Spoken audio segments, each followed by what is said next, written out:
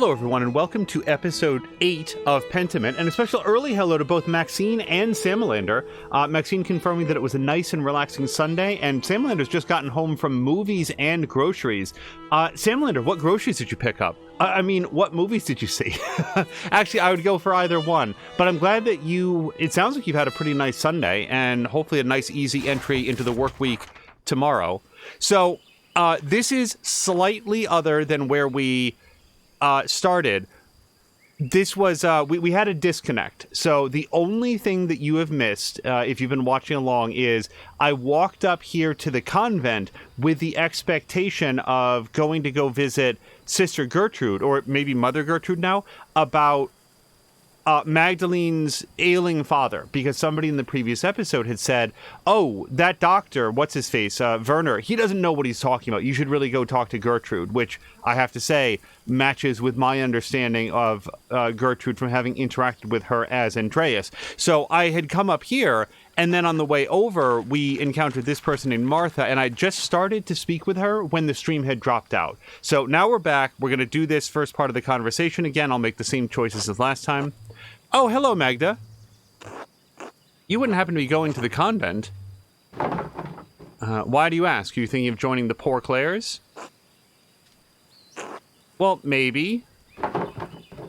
Why on earth would you want to do that? Be honest, what do I have to look forward to? With Dad's injury and me unwed at 25, older than all the boys in town, if they don't see me as a sister, they see me as a mom. And when Dad dies, not anytime soon, God willing, I won't be able to claim the Faru.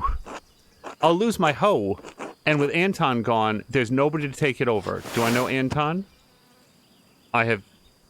That looks like Paul, but I don't know. I have to say, I don't know who Martha is. I feel like we saw her picture last time, but that I've not actually spoken with this person. Oh, Samalander saw Dungeons and Dragons again, this time with family. Also, hello to Takarosh, out of the night that covers me. Is that a Batman thing? Or like a Moon Knight thing?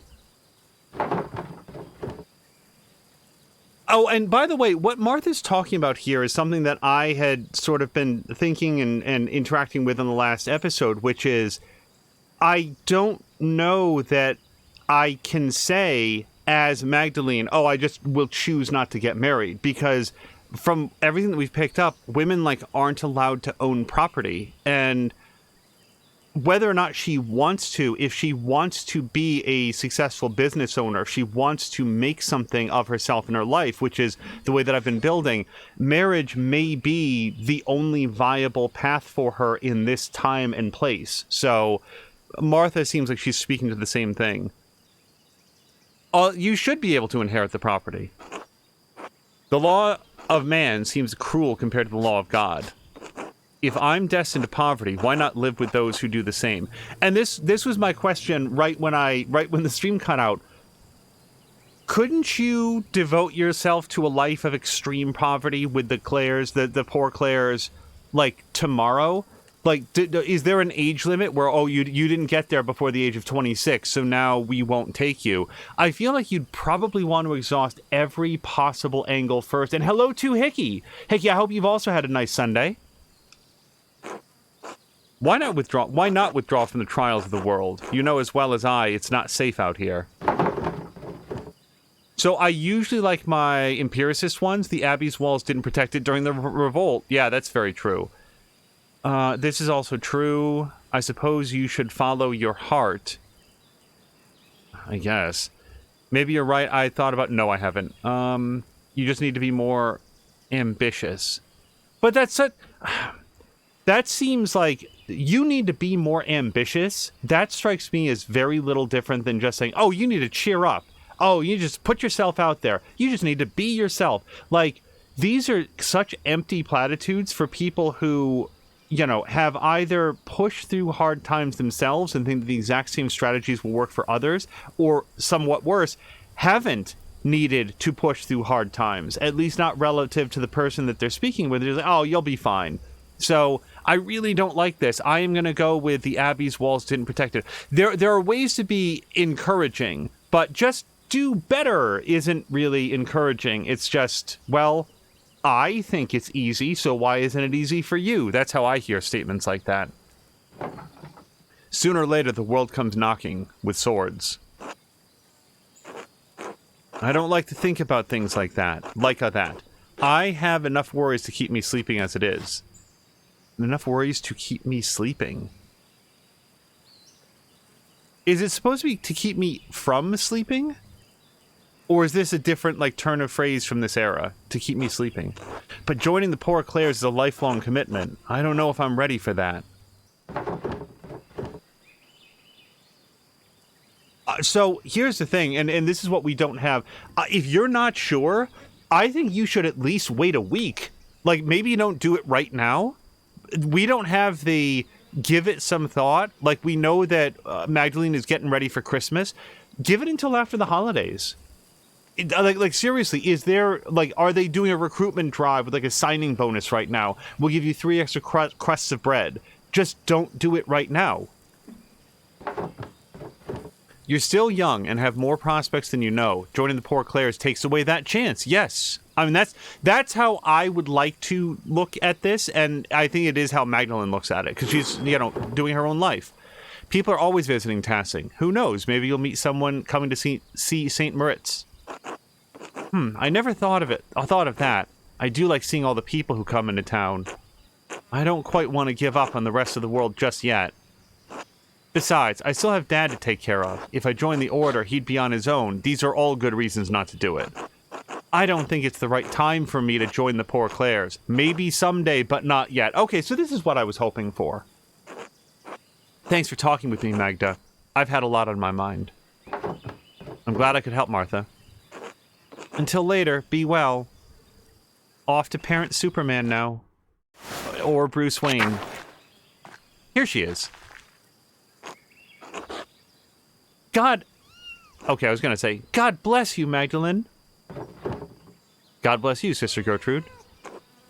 Are you doing all right? Father Thomas told us about your father's attack. You were incredibly courageous to run to Dr. Stoltz so quickly, especially when the attacker could have been a boot. I really thought you were incredibly courageous to run to Dr. Stoltz, especially since he's so incompetent. You really put your faith into the will of God on that one. I had to do something. Okay, I really like this one. I acted on instinct. I really like this one, though. Honestly, sister, I was terrified. I only thought of Dr. Stoltz because there was so much blood. It's thanks to you, really. Without reading Hildegard's Physica, I wouldn't have realized he was so badly hurt. Let's go with this one. I guess we read this during our years before Chapter 3. Medical Treatise by Hildegard of Bingen, Saint and Doctor of the Church. It presents 9 categories of healing. Plants, elements, trees, stones, fish, birds, animals, reptiles, and metals. Well, I'm with you on plants and trees, probably. Fish are probably not too bad for you. Well, I'm glad she came in useful, though. Although I wish it were not in such dire circumstances. I lit an extra votive candle. It is votive, am I saying that correctly?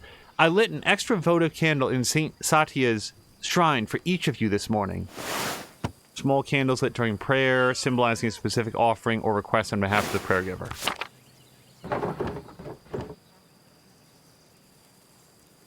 I want to go with this. This is much more clinical. Dr. Stoltz is worried about a brain hemorrhage. Yeah. I might have some psyllium left in the herb hut. If you blend it with a bit of broth or warm wine, it will heat his brain. It may help him out. I hope it doesn't heat up his brain too much. To prevent infection.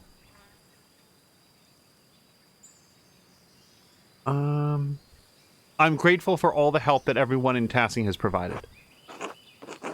The church is body of Christ? The church is body of Christ, Magdalene. We are all one community and want to help Klaus before his time. God will turn this for good, no matter what things look like now. God sees beyond time itself. He sees beyond time itself, but we are constricted by the present. I have been around long enough to see fruits even when I thought the devil had burned the fields. Keep faith, Magdalene.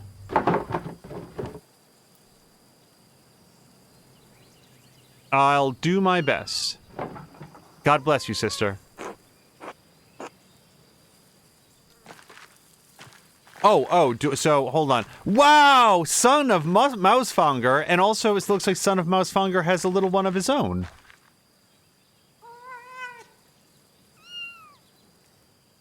Apparently this is going to be Year of the Cat on the channel, between this and Stray and... Well, then again, last year had a lot of... What's it called? Assassin's Creed... Wait, do I get the herb? For the warm wine?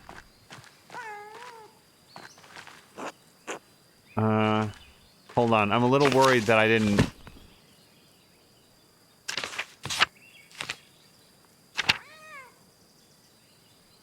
Okay, that's it.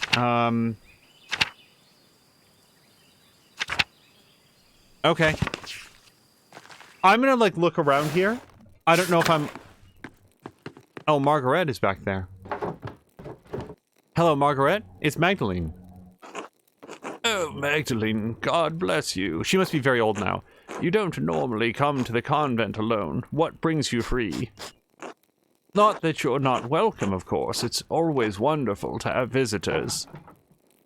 I had some spare time and I thought I would say hello. Oh, well, hello.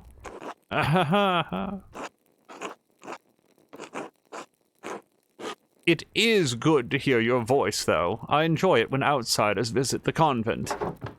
Do you miss the outside world much, sister? Yes, sometimes. I miss the other Benedictine sisters especially. She'd never admit it, but Sister Lisbeth has the most wonderful voice. I always stood next to her if I could. Why stay then? Why didn't you leave when the Benedictines left Curacao? Truth be told, I was too frightened to leave. To Jeeve, Curacao is my home. I didn't like the idea of Oat becoming accustomed to a new place. Learning the convent's ins and outs was hard enough. It's not something that I, like, immediately thought of, but, like, she knows how to navigate this place, and to be moved to a completely different environment, it would take, at least I feel like for me, it would take a very long time to learn your way around if you can't see. I never went outside the convent much anyway. I know where everything is here, even if it's changed over the years. Sister Gertrude had already planned to stay too. The Gadron always needed tending, and two hands make light work. Besides, I can't leave Mousefanger behind. Oh, Mousefanger's still kicking. So I don't think that, wow, it must really have been awful here after everybody left. Also, I did not know that Mousefanger was a she. Curacao is a wonderful place to call home. I mean, also, like, we've decided to stay in Tassing, so I feel like Magdalene feels that way. Has the convent changed very much since the poor Claires arrived?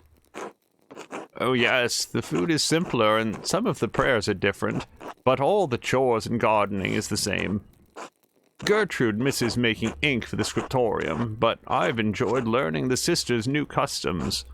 Speaking of which, I should probably return to my chores. Of course, sister. Apologies for interrupting. Not at all, Magdalene. God bless you.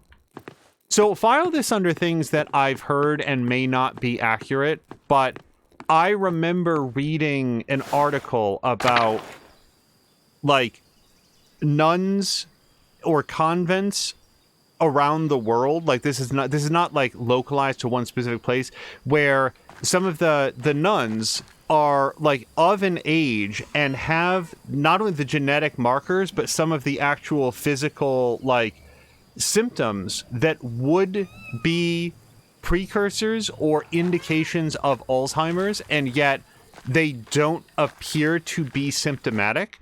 And that, at least in the article, it was theorizing that living a life of extreme structure, where everything's done the same way. And hello to Patikan and everybody, Patikan and Maxine, who's also raiding over with the Top Hat raid. I hope you had a great time with Division 2.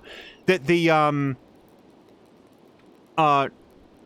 living a life for so many years of such dedicated structure of doing the same things in the same order every single day has at least heavily offset some of the symptoms that would otherwise follow with Alzheimer's. Again, this is something that I read a great many years ago. It may not have been like a peer-reviewed study. It might have been proven to have not been based on like solid information, but at least that was the idea. And I've thought about that a lot when like the topic of living in a convent has come up. Have we ever met Franziska before? I feel like this is a new person. God bless you, Magdalene. I had been hoping to speak with you. Do you perhaps have a moment? Of course, Mother. How can I help? I had heard that you had taken up the mural in the Rathos after your father's terrible attack. I'm excited to paint the town's history. Your enthusiasm and insistence is most troubling to some people in town. Just straight to it. Some people? Yes, Magdalene, myself included. I understand how you must have struggled with your mother passing while you were so young. Without a maternal figure to guide you, it is no wonder that your spirit has wandered and wavered from its nature. My spirit's fine, thanks, actually. The pursuit of such trades is not for... Oh, I thought that might fill out in one. Is not for women, but men. As Paul writes, God calls women to work at home, not in trades. While supporting your father is laudable, taking on his work is... imprudent. There are plenty of young men in Tassing worthy of you, or perhaps you have a different calling. I'd like to offer you a place here among the Sistok. Who's saying I'm troubling, and how did you hear that anyway? Aren't you all stuck up here? I think that she's stuck up in a couple ways.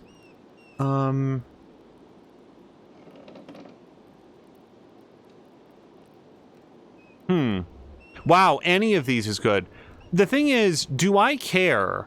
I'm gonna, like, in my head canon. Oh, Maxine's gotta go to sleep pretty soon. Solid Chrome Hickey was saying hello to everybody. Maxine, if you do head out, I do hope that you have a wonderful night and a restful night's sleep, and then a wonderful entry into Monday. Hopefully we'll see you again tomorrow. I'm gonna vote that Magdalene doesn't care who says, I don't care. Like she's not interested. Oh, people are talking shit? That's cool. I don't care who they are. Like, they're not talking shit to me, so they can go pound sand. I don't care. My dad taught me how to run a shop, and I love printing. What's wrong with working as a printer? The arts are a path to hedonism and sin. Well, let me tell you something about hedonism, lady. Magdalene, they indulge the senses and keep us from the Lord. Art can glorify God too, just like the mural in the church. That's what I'm trying to do. Well, I can only pray that the Spirit guides your hand to glorify Him. However, my offer to join the convent remains open to you. I have no intention to join the Poor Clares. I feel like that would go against every decision that we've made so far as Magdalene. Very well. God bless you. I'll go back to my book in front of the unlit fire here in late November, or exactly when it is. Where is this late October? I think I remember from our clock. We haven't been up here yet. Oh, look, they put the hand back.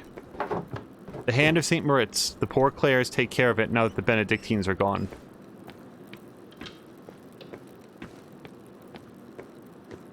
One thing I don't know is, and I would be surprised if they did, but my question is, did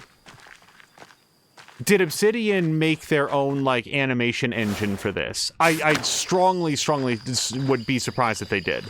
Because this is sort of like a smaller project for them relative to things like, Pillars of Eternity or Pillars of Eternity 2. Like, this probably, I think, had a smaller overall team and a smaller, like a tighter turnaround time for when they would want to have had it out. So to generate a new engine would be really surprising to me. And yet this game has such a distinctive look, and the animation is so well done. Fox McCloud is saying, The offer for you to join. Lady, have you heard me stream? Yeah, Francisca is, one of those people who shows up in your stream and is like, hey, I can offer you, primes and subs and custom artwork. Just join the Poor Claires. Here we go. So now I think I've done everything that I would want to do ahead of going to paint the mural. And this, by the way, because again, we lost the first, I'd say 2 or 3 minutes of the stream. This is where we actually started. This is where we ended the previous episode. And it was literally just a walk up the hill to the convent. And we already talked to all of these people during last episode. We've not been to the bakery, though.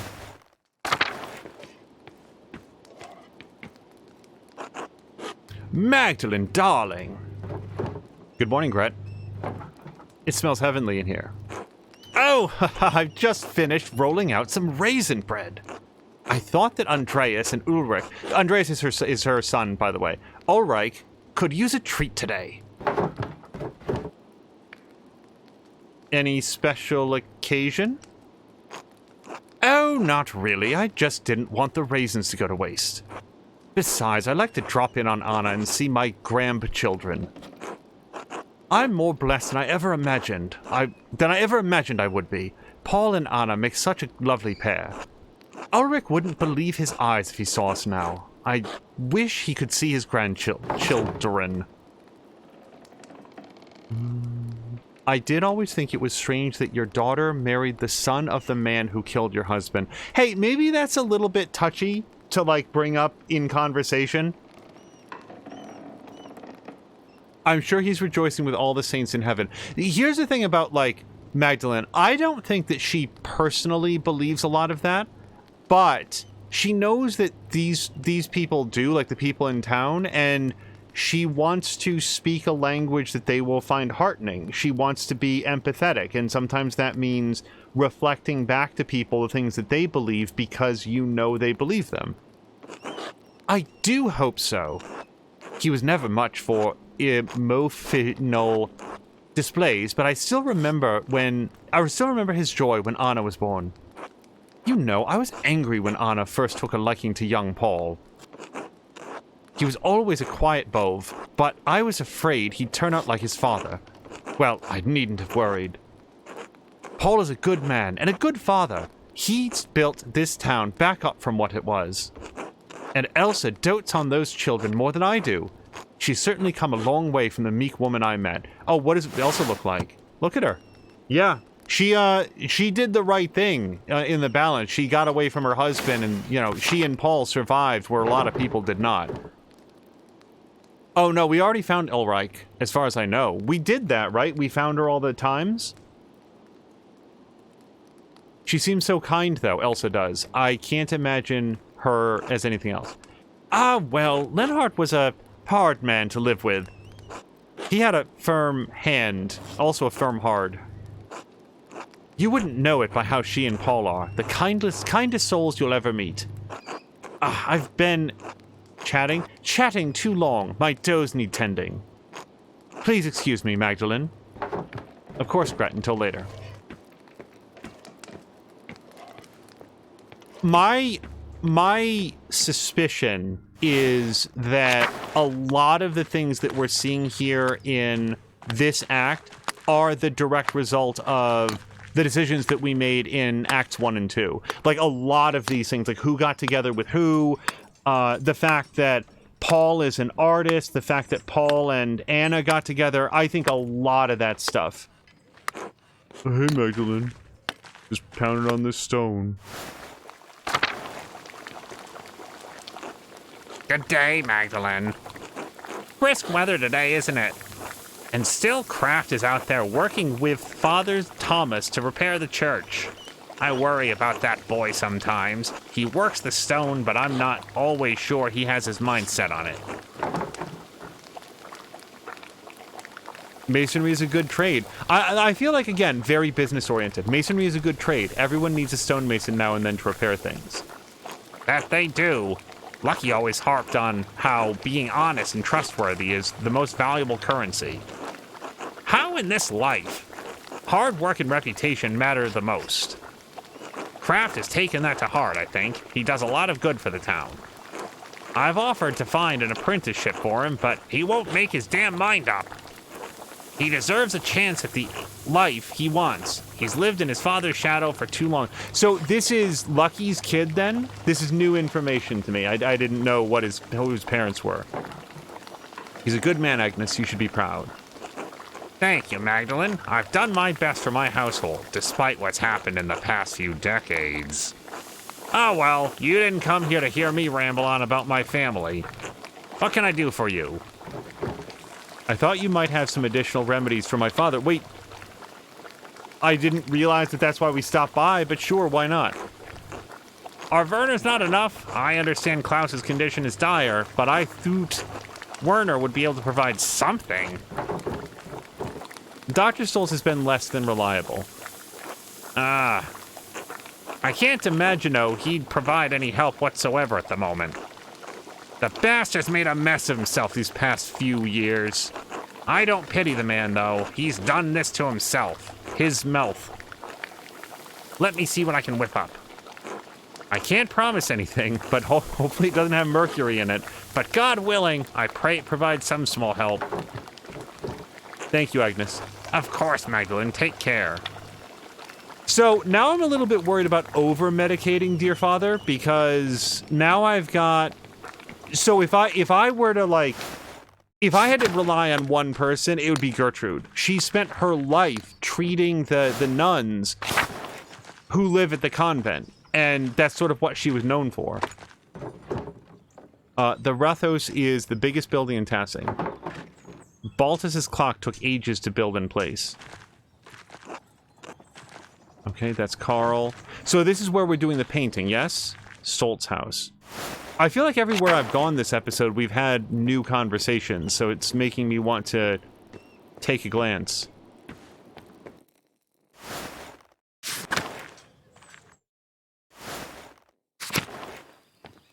Okay, we've definitely talked with these dudes, right? I remember these friends.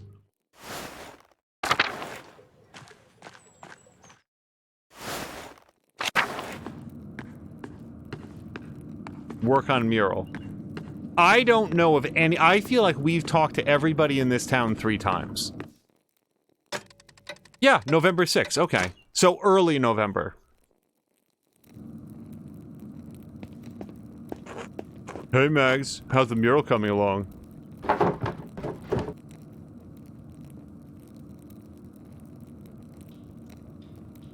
I feel like he's specifically doing it to get under her skin, so... Magdalene. Can't you let it go? Mags is so much easier. Hey, how about you let it go? No, Otto Zimmerman, I can't. Ugh, don't call me. Fine. Anyway, Magdalene, how's the mural going? It doesn't look like much yet. No work of art appears significant at the start. You think Michelangelo was born a great sculptor? Does he know who Michelangelo is?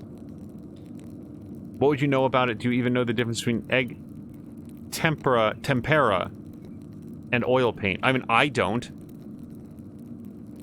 I'm gonna go with this. You think Michelangelo was born a great sculptor? I suppose not. So Magdaleno. Okay. I'll give him Magdalangelo. That's pretty good. So, Magdalangelo, what are you doing? I only just finished priming the wall. Now I have to decide what to depict. It's hard to piece together the history of Tassing when it happened so long ago. Since the Abbey library burned, I can only rely on stories from people around Tassing. By the way, there's like somebody mowing a lawn next door. If that sound is coming through, now I'm doing the mistyping of... What game are we playing? Pentiment. If that sound is coming through, please let me know and we can get that door closed. It's a very nice evening out, so we want to have the windows open. Even what I could find out about the Romans and pagans was obscure. I had to go into the old salt mine to find anything. At least now I know what to paint for the first part of the mural. So, what is it? So, there's a few things.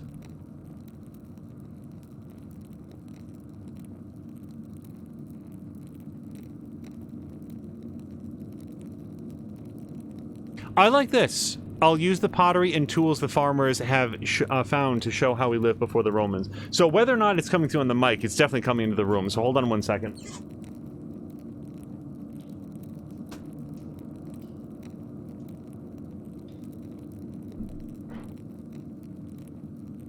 Okay, here we go. Yeah, here's the thing. I like the story about the god Mars as a wolf and the nymph Tassia, but that does seem a little bit like Magdalene wants to paint the truth, and if we layer in a whole bunch of fanciful stuff, then whatever that we wind up painting about the revolt will be more easily mistaken as just imagination and wish work. So I want to go with something that we know factual. Also, I mean, I guess this is true, but again, that was somebody else painting something, and I feel like the actual pottery and tools that the farmers used is a better indication of who they were. I'm sure Father Thomas will approve, but I don't know. Just sounds kind of boring. So, what made you choose to his story, anyway? It's the most real, is already what I like. Yeah, it has the strongest connection to our farmers, things that they've found. It's the most real. That makes a lot of sense. Other stories might feel like they don't really have anything to do with us. Thanks for explaining it. Of course, I want you all to understand why I'm making these choices. Well, now that I've figured out this portion of the mural, I'd better start thinking about the next section. I'll leave you to it, Magdalene. Good night, Oates. I'll say this. If he's... Hello to Grumpy. If he's willing to... Like, he has a habit right now of saying the wrong name. If he's willing to, like, commit, and not like, I can't believe I said it wrong for the 50th time today. But if he's actually willing to, like, commit, I would be willing to give him some time to, like, get it right. Good night, Magdalene.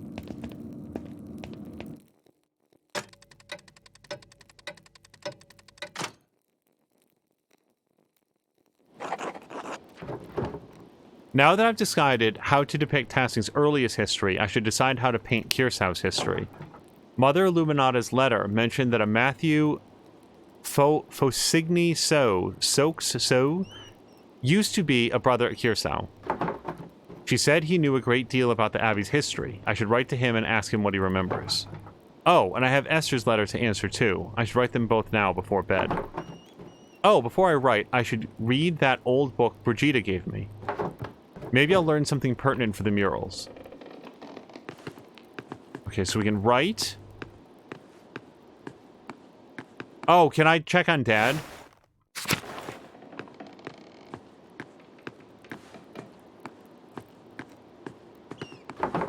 Hello, Magdalene. I'm very sleepy now.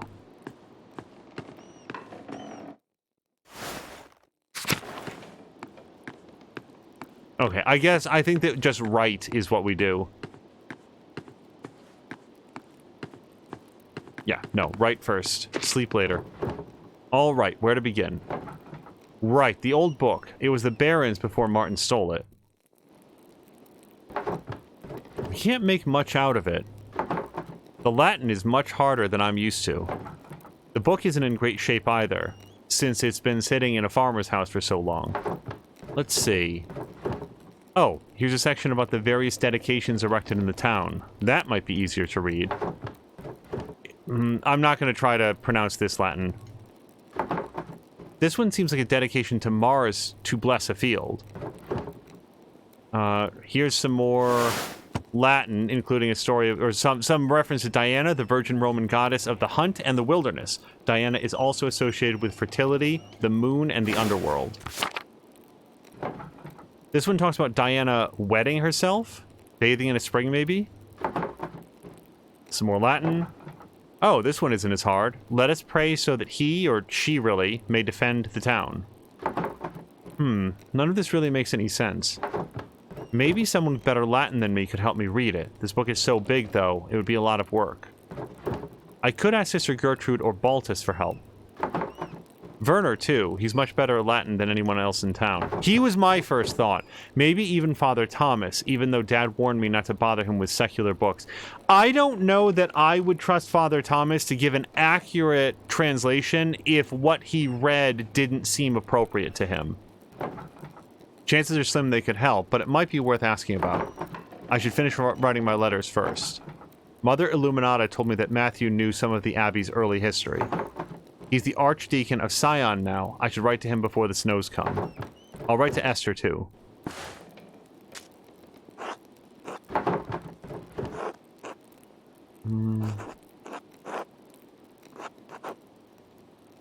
Let's address him for his current title, Archdeacon of Sion. My name is Magdalene Druckerin. I'm the daughter of Tassing's town printer, Klaus. My father and I are creating a mural for Tassing's Rathos. I want to show the history of the town and the abbey. We want to. I heard that you... do we want to bring up Mother Illuminata? He probably got on well with her. I never detected anything like... any, like, crosswords between the two of them. Let's go with this. Mother Illuminata told me that you might be the best person to ask about Kirsau's early history. I understand you are a busy man, but we would be most appreciative of any information you could give us. If you know of any other places where we might learn about the Abbey's history, we would appreciate it.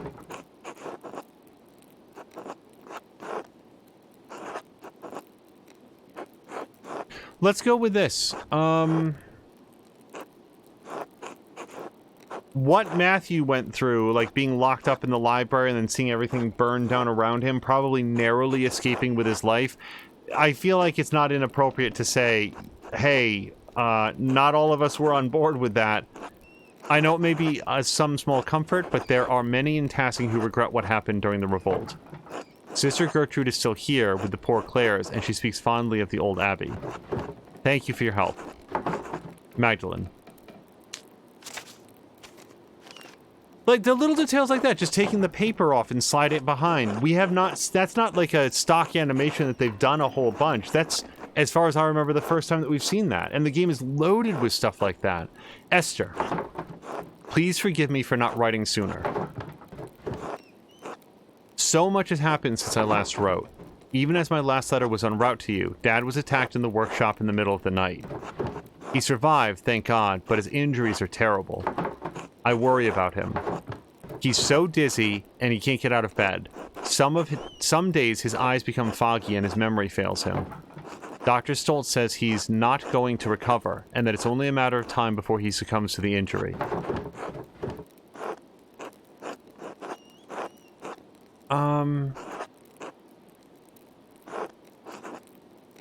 I do like going with the empiricist side of things, so we're going to go with I don't want to believe it, but it's hard to argue with Dad's condition. I have no idea who could have wanted to attack my father or why. I found a note by him too. All it said was stop. It wasn't from the shop because the script was written in the most elaborate hand I've ever seen. No one in Tassing has such skill in script as far as I know. And anyway, I don't have time to wonder about it. I've had my hands full running the workshop alone while tending to Dad. What's more, the town council intended to cancel the mural entirely. I had a hell of a time convincing them to let me paint it instead. They made a fuss about my being too young, not experienced enough, not strong enough to be on the scaffold. You know how it is. I suppose I shouldn't have expected any better of them. Working on the mural has been a welcome distraction from the naysayers and my chores, and worrying about my dad. Oates has been coming over under the pretense of helping me prepare my paints, too. So I know that we've been kind of anti-Oates, but I do feel like there's a big element to him where his teasing is his otherwise uncertainty about how to express affection. I think that he likes Magdalene. I don't think that he respects her very much, and I'm hoping that in these interactions, maybe that can be turned, but I mean, like, who else does she have? If she's going to stay here in Tassing because she wants to run the print shop, she's already good at it. She knows that she can make a living at this. She's not going to be allowed to inherit the land. I mean, it sucks to feel like you're forced into a relationship that you don't really want, but she doesn't have a lot of other prospects. I'm sweet and I'm glad for the company. He makes my days easier. I'd like to have the whole mural finished by Christmas if I can. I just want to finish it in time for Dad to see it. It would mean so much to him. If Dr. Stoltz is right, I don't know how long I'll have. I hope you're faring better than we are here. All my love, Magda.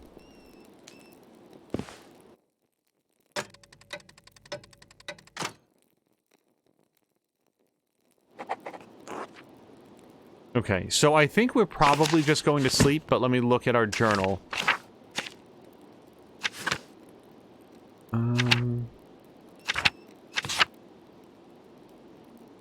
Yeah, we don't really have a lot of other, like, a lot of stuff in the journal saying now you should go do this, so... Yeah, the letters are done, I should go to bed. I hope I hear back from Matthew soon. And soon, like, at this era, is like 6 weeks. It's late, I should get some rest soon. Go to sleep. Maybe I should have gone upstairs to check on Dad again, but I just did that. And yeah, it's a couple hours later, but I feel like the game would have cued us in some way if that's what we were meant to do.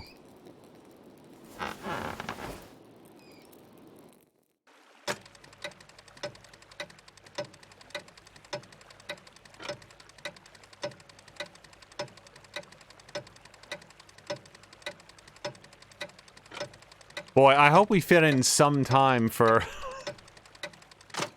for working on the mural in the last 3 weeks. It's the Reichspostman. Mistress Druckerin, a few more letters for you.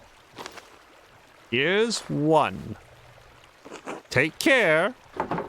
Thank you, sir. Safe travels.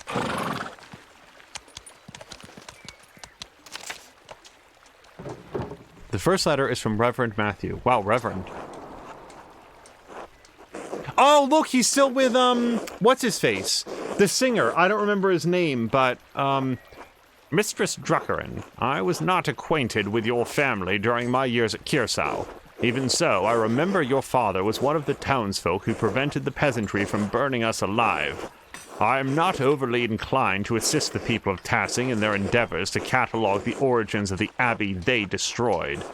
However, it was a long time ago.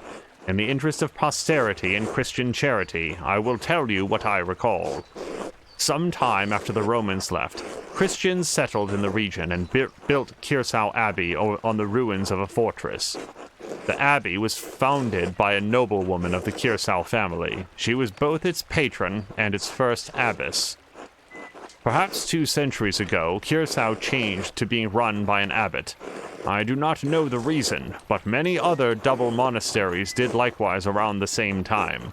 It may have been done out of fear of being shut down, as double monasteries were frowned upon by the Pope. Sadly, that is the extent of my knowledge. Your neighbors put any other heckards about the abbey to the torch. Sic arist historia Curtius. Thus burned the history of Kirsau. While we cannot change the past, I have heard the sisters of the Poor Clares have formed a new chapter of the abbey. I can only hope that their love of apostolic poverty has not driven them to impoverish the shrine of St. Moritz. Christian doctrine that calls for followers to live without owning personal property or accumulating money. While it was condemned by the Catholic Church as heretical, its defenders claim their practices are based on the lives of Christ and the apostles as described in Scripture. Assuming they have not consigned the contents of Kirsau's former occupants to a bonfire, you may find something there. It is hard to be overjoyed at the news of your neighbor's late regrets. Many of the injuries inflicted 18 years ago will never heal. Regret cannot undo what has been done, but we can all find redemption through Christ. We must pray for love and reconciliation in the days ahead. In the end, that is all that matters. Winter comes swiftly. Huguenots? a group of French Calvinists known for their vocal and sometimes violent opposition to the Catholic Church. Huguenots and Lutherans plague my homeland. Thank the Lord you still live in a land ruled by the one true church. I hope this has been of some help to you and yours. May God keep and protect you. The most reverend. Really, not most revered. Okay, the most reverend Matthew, Sausigny, Archdeacon of Sion.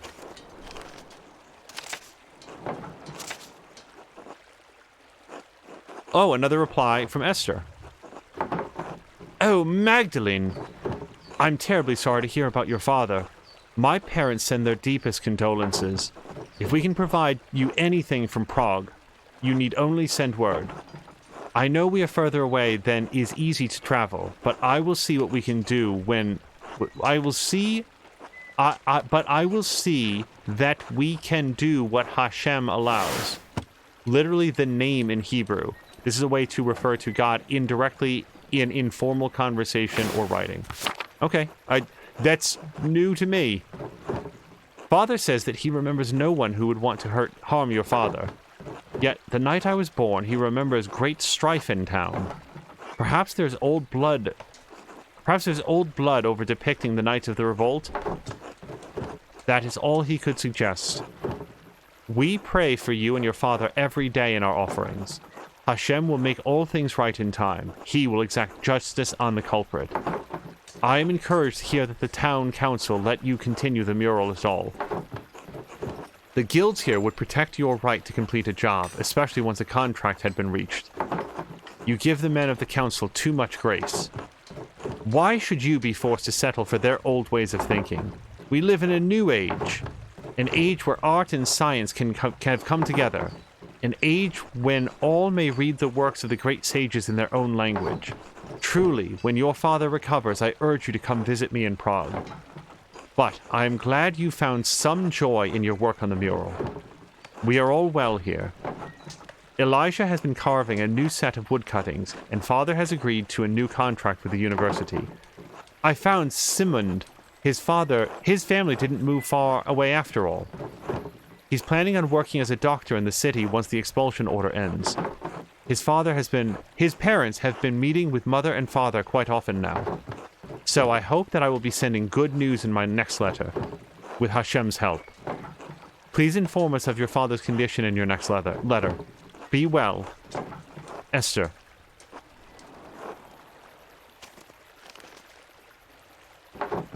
That's all the letters I have for now. I should head home and check on Dad. Werner was supposed to come check on Dad today. I wonder where he is. When Till Eulenspiegel pretended to be a doctor, at least he showed up and his patients felt better. What's Werner's excuse? Maybe I should try to find him later. Or now. Good morning, Magdalene. Good morning, Dad. Feeling any better? Your fever broke at dawn this morning. A little stronger, all things in time. Do you want anything to eat before I leave for the day? I'm working on the next section of the mural today. I'm not so hungry right now. I'll be all right. Your letter from the Archdeacon, yes, that's right. Well, what did you learn from him?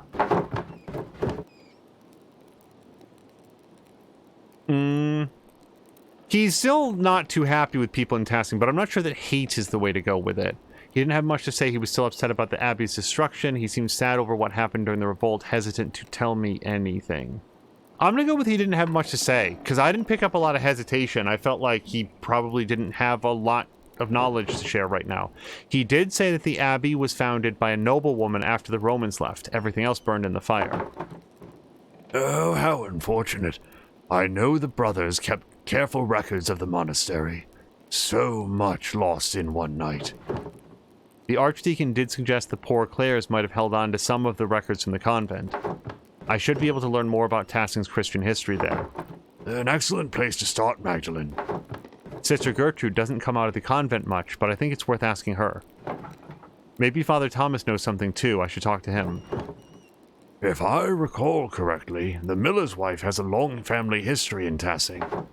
She may know something of the local history that the others have forgotten. Elsa? I thought she moved here when she married. She doesn't have any relatives in town. Not anymore. Age, illness, and marriage took the rest of the family. But the Caviezel's used to live all up and down this valley. Go talk to her, I will, thanks, Dad. Maybe something remained in the Abbey's ruins. I should definitely see what's left. Magdalene, you be careful. Those ruins are dangerous.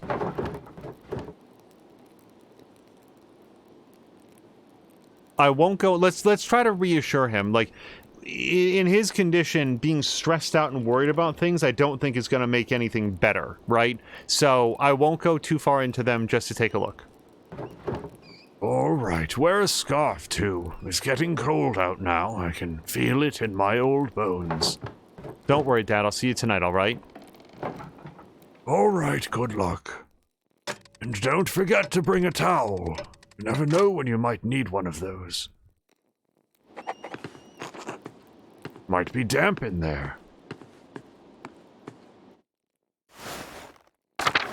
All right. So I don't think we're going to have anything to do here, but I mean, conversations like that are pretty clearly like, hey, here's part of your itinerary for the month of November. So I think that we probably want to talk to the lady in town first, who I just met, the miller's wife. Do we think that? And Paul still lives up the Miller, doesn't he? Yeah, he's still running the joint. Oops.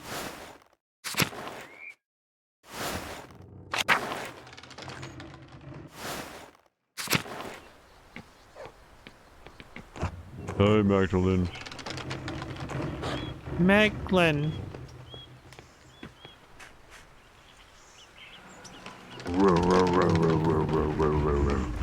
This dog is very happy to be petted.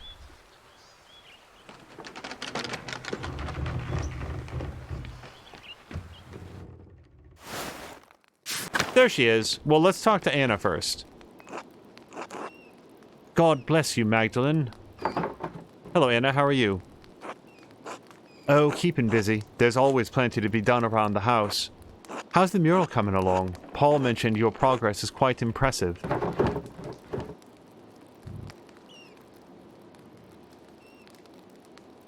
I'll have to thank him. That's how high praise from a councilman and an artist himself, by the way.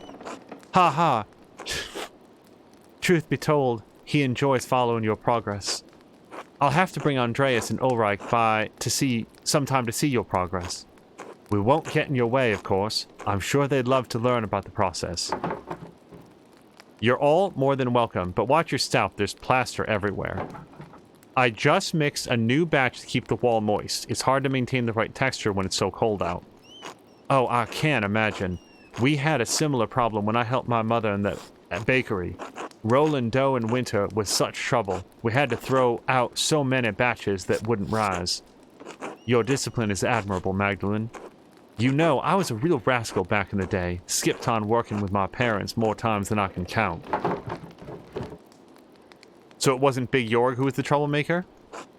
Oh no, Jorg has always been more hard-working than me. I was a thief and a scoundrel.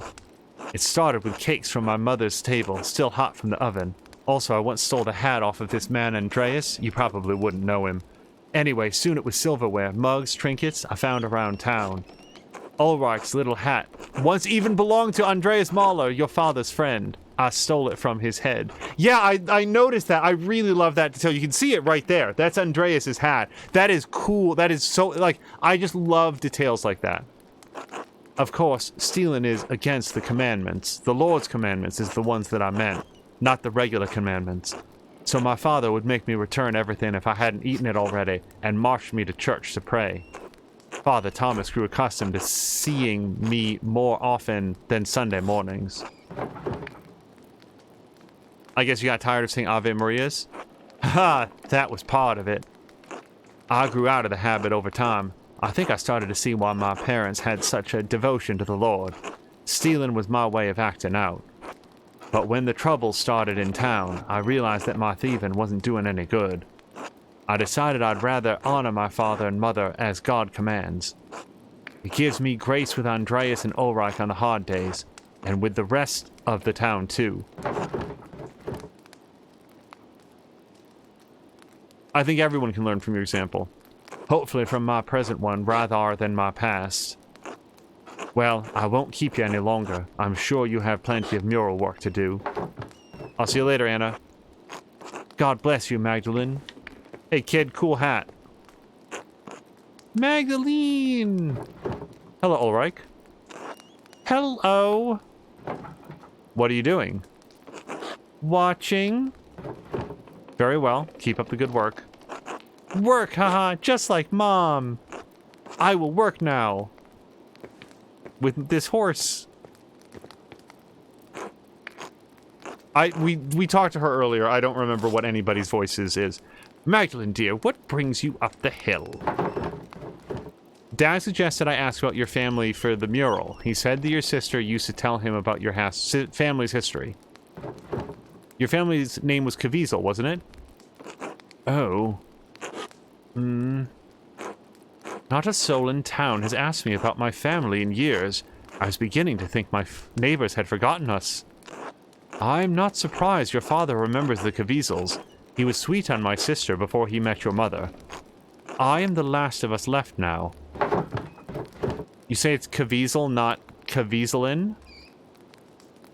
So this is a custom that I've noticed, and I still don't know what it means. I guess Caviezelin is the, maybe that refers to the family? I haven't quite worked out when it's the L-Y-N that gets added on to some of the names, like Druckerin, for example.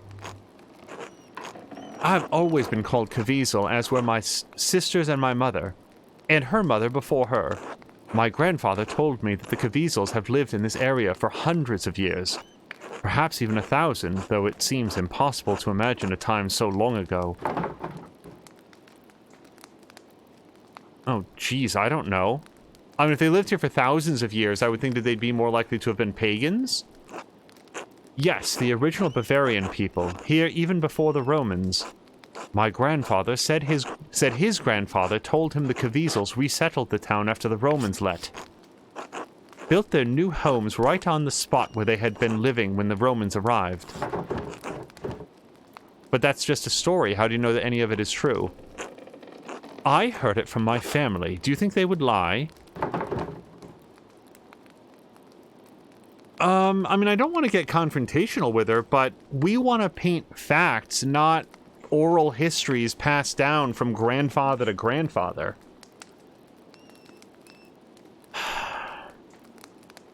But I also didn't think that they'd lie. No, I think that you did, but it's all right. However true it may or may not be, doesn't matter, Magda. It matters that I believe it, that it connects me to my ancestors. When I think of the ancient Caviezels driven from their land only to find it again and become Christians, they feel nearer to me. Do you understand?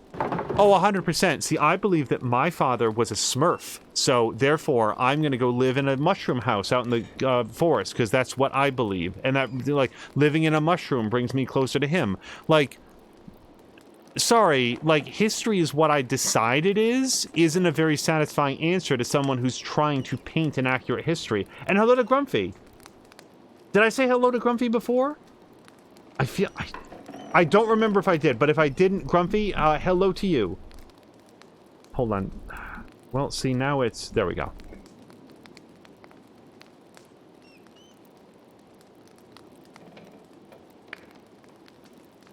Sorry, I don't. I feel like... I don't want to antagonize people, but I don't think it's inappropriate to say, I just don't. I don't get that. Keep your heart open and to Christ, and one day you will. You've given me much to consider. God bless you, Magdalene dear. And here's the thing. If she had any evidence of this oral history, she would have shared it. It's just stuff that, like, she's heard. Okay, I didn't know if they might have anything else to say. So, I think we can head up... Oh. Oh, hi. So, she's talking with Carl. But it's still so beautiful, Martha. One more moment. All right, take your time. Oh, hello, Magdalene. Dad. Oh, that's Dad. Look who it is. Good morning, Mistress Druckerin. Hello, Martha. Carl, how are you? On our usual walk around town, November hasn't grown too cold yet. Dr. Stoltz says Dad needs to keep using the leg or the pain will get worse. And I'm getting old, ha. Not so old you can sit around at home telling stories. You're about the same age as my dad, aren't you? Ha! Klaus has always been too stubborn to grow old. Shame what's happened to him. As if you're not stubborn, too. No arguments from me there. You're in a good mood today. Plenty of reasons to be. Tassing never ceases to be so beautiful to me. Isn't the meadow a wondrous sight, even in this season? On days God strengthens me, I like going up a bit higher in the mountains. I used to admire the view with Anton from there. Oh, is Anton still alive, or is he one of the kids that died? Ah, Anton, my poor boy. It's all right, Dad. I don't think, yeah. I'm gonna say that probably, yeah, he probably still misses his son. It's a guess. I'm sorry, Carl. It's not your fault, Magdalene. I was just a babe then. I can't. It's my fault that he died. It's not, Dad. You knew it's not. He shouldn't have been with me that night. He shouldn't have. I was a fool.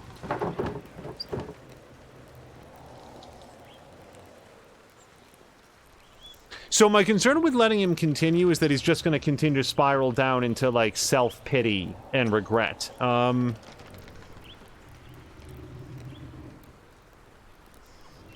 going to ask him. You've seen on many other occasions in the game I've stepped back and let people talk, but my concern is that, like, I was a fool isn't going to lead to some sort of an accurate recounting of what happened, and that's what I want. What happened? I know I was there, but all I can remember is the flames. What a fire it was! The whole abbey engulfed! I was bleeding. Anton tried to drag me out of the fight. Then that god-forsaken Landsknecht, I don't know how to say that word, stepped between us. I hope he burns in hell. I can't even imagine what that was like. I still think of my... hold on, this might just turn it back to, like, thoughts of his son. Nothing can ever make up for a loss like that. How old were you during the revolt, Martha? 7 or so. I didn't understand what was happening. Someone brought Dad home in the middle of the night. It was dark, confusing. There was screaming outside. Mom and a couple of the men who brought Dad in were trying to patch up the wound, but it wouldn't stop bleeding. She kept shouting, "Where's Anton? Where's Anton?" There was blood on the floor. You cried so much that you threw up. We couldn't get you to stop. I couldn't understand where Anton had gone. Dad tried to explain, but... Martha, my dear, enough of that. I'm so sorry. How did you go on? Did I? I don't know. Some nights I think I am there still. The abbey is always burning. My Helena passed not long after. I was left alone with Mirtha to care for. Now we wait for him to continue. I had to keep going for Martha, and somehow my daughter grew into a wonderful woman despite it all. I suppose that was all Helena's doing. Dad, if I'm any good, it's because of you. Thank you for telling me about the night. I don't feel good about asking them to relive it, but it is... I don't know if there's a but there. I don't feel good about it. Fox is waiting for Angel's character to just show up. I will note, we didn't see a corpse. Like, I don't... It doesn't make a lot of sense to me that Andreas would still be around, given that so many people here would have recognized him. He's just been, like, living in a cave, like poor Charles or whatever. But, no, we didn't see Andreas die, but it would kind of bother me if he did turn up. I'll say that, because it would just be, like, so weird. Time doesn't heal, Magdalene, but it does dull the ache. It's time we continued with the walk, Dad. Yes, dear, I'm feeling much more alive now. I'd like to leave Magdalene alone. Walk away from her for a while. She's really brought up a lot of bad memories. Oh.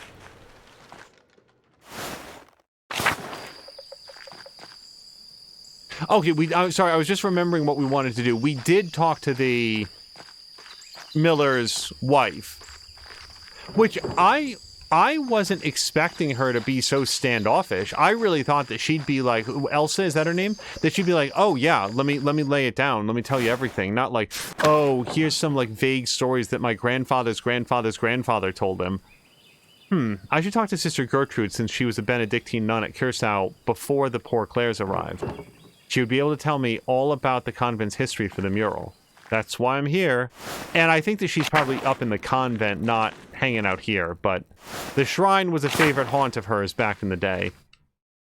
She was an OG shrine haunter. God bless you, Magdalene. Hello, sister. I have a favor to ask you. Of course, Magdalene. I'll help however I can. I have a book, the Historia Tassiae, and I can't read it very well. Oh, right. I was going to go talk to Werner about this as well. I feel like Werner can read it, and also Magdalene would be well served to just be like, look, this is for my dad, and you're telling me you can't help my dad, so maybe you can help with this. Do something with my father's last days.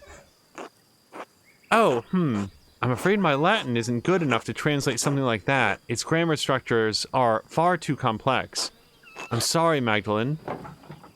That's all right, sister. I'll have to find another way. There was one more thing, if you don't mind. It's about the Rothos mural. Oh, did you need more paint? I believe I have enough galls stored away. No, thank you, sister. I have more than enough paint. I wanted to ask you about the history of Curacao, actually. I'd like to include the Abbey's founding and the history of Tassing's saint to the Rothos mural. I wrote to Reverend Matthew since he lives at the Abbey, but wanted to see the place firsthand. Ah, Brother Matthew became a reverend, did he? He was always suited to such a role, but I don't suppose that's what you came up the hill for. You're curious about the saint's history, yes? Yes, I was hoping you could show me around the convent and tell me about its history. The poor Clares don't allow outsiders within the convent, even other women. Mother Francisca wouldn't like anyone coming in for such a worldly concern. Okay, I know who she is, but we'll just not have her underlined anymore. Well, that makes my job difficult. Let me finish, Magdalene Druckerin.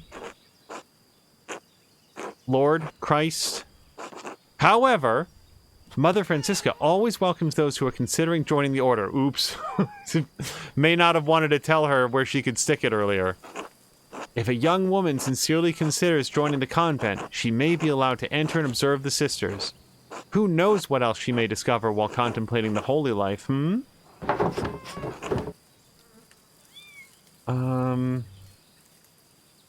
I suppose exploring all of my options can't hurt. Like, we go back the next day and it's like, hey, remember when I told you there's absolutely positively no way and stop asking?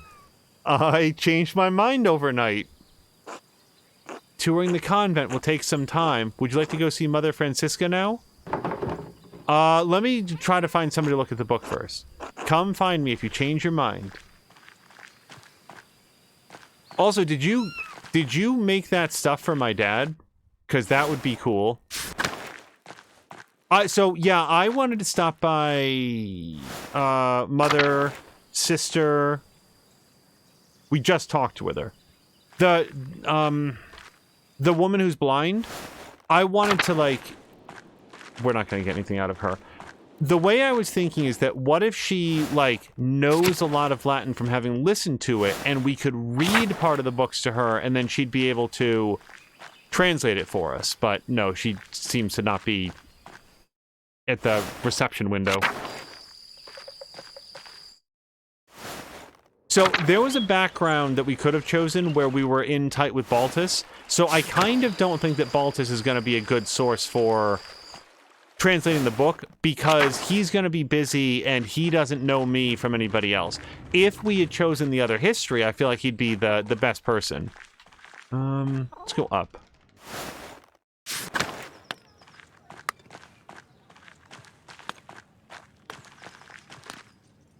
Do I know this guy whose character model has fallen over? Oh, it's Werner. Well, this sucks. He's not in any sort of translating mood. Z, Z, Z, Z, Z. Snort, snort, snort, snort, snort. Ugh, ugh, ugh, ugh, ugh, ugh, ugh. Werner?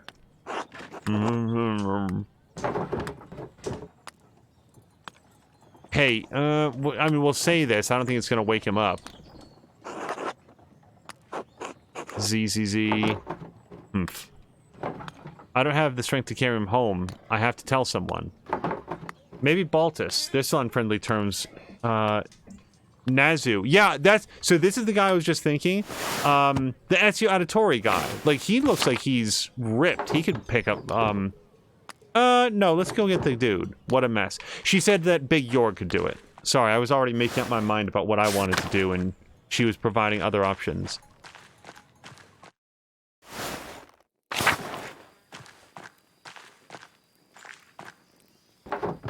Hello, Baltus. Do you have a moment? Only one, I'm afraid. What can I do for you? I came across a book about the history of Tassing, and I was hoping you could help me read it. Oh, no, not today. I'm far too busy for that at the moment.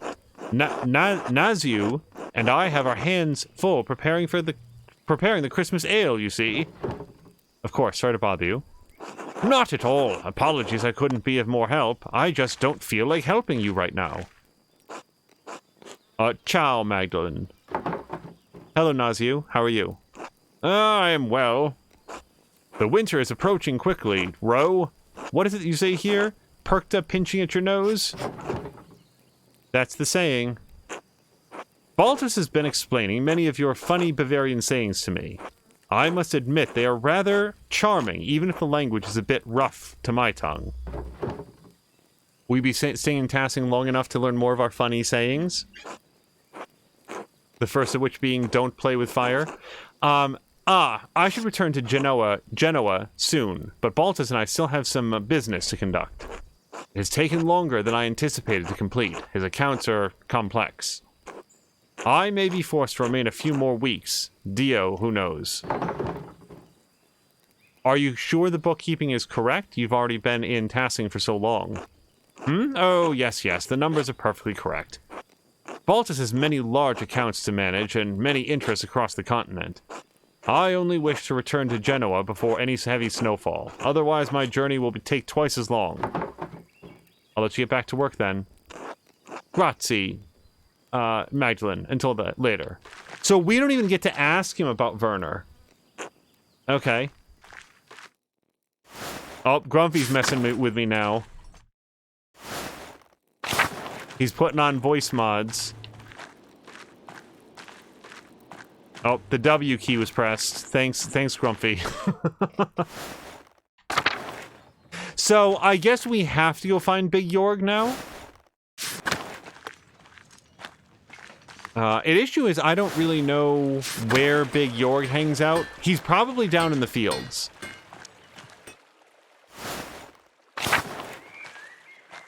Do I know this kid? Hey, Magdalene. How's your dad? Any signs of him getting better? Still bedridden. He occasionally improves, only to be struck down again with the nausea and weakness. Hans sends his regards. The Bauer household is paying for a swift recovery. Thank you. And Hans and Judah are as well? Oh, sorry. Thank you and Hans and Judah as well. I will. Klaus has always been such a bedrock of Tassing. I'd hate for him to die. It'd be, oh, sorry. I fear it as well. It's best not to ignore one's fears. Do you miss your father? Your real one, I mean? Do I miss him? Kind of. I don't remember Joseph all that much. He's become a haze of sorts, a faint echo, a feeling, an occasional emotion. I was so young when he got killed. Mom said I had trouble understanding what had happened for a long time. I understand. My mom, she's like an empty hole in my life. I have nothing of her. Yeah. You never even got to see her, right? Not even a memory, huh? Suppose you have yourself a comparison. God molded you after her. I can imagine how she would have... I can imagine how she could have been like. Stubborn and unruly, yeah? If that's what it takes, I don't see the people of wealth and power giving the rest of us much headway. Yeah. Guess not, but we know what happened 18 years ago. I can understand why the town council is careful. I don't know. I'm not smart like you, Magdalene. Anyway, the winter draws closer, so I've got a lot of preparations to take care of. I truly hope Klaus recovers soon. God look after you both. Until later, Simon. Hey, Magdalene. Hello, Hans. I hope your dad recovers quickly. He's a good man. I'll tell him you said that. Good. This town has seen too many terrible things, but we've recovered before. We'll probably recover from your dad's death, too. Anyway, maybe the Lord will turn your dad to health, too. I pray you're right. Be glad you have fist time with them, I say. Wish I had as much time with Hailwig? Do we know a Hailwig? I need that one underlined. Anyway, did you need something? Kraft hasn't bothered you again, has he? Or gotten into some other trouble? No, he's been fine, mostly. Good, that boy's a thorn in my boot. He's lazy, arrogant, doesn't care for his family. He'll bring shame to the Bauer name one day. I avoid sticking my nose into people's affairs, but Martin? Anyway, didn't mean to complain. Until later, Magdalene. So, wait, is he...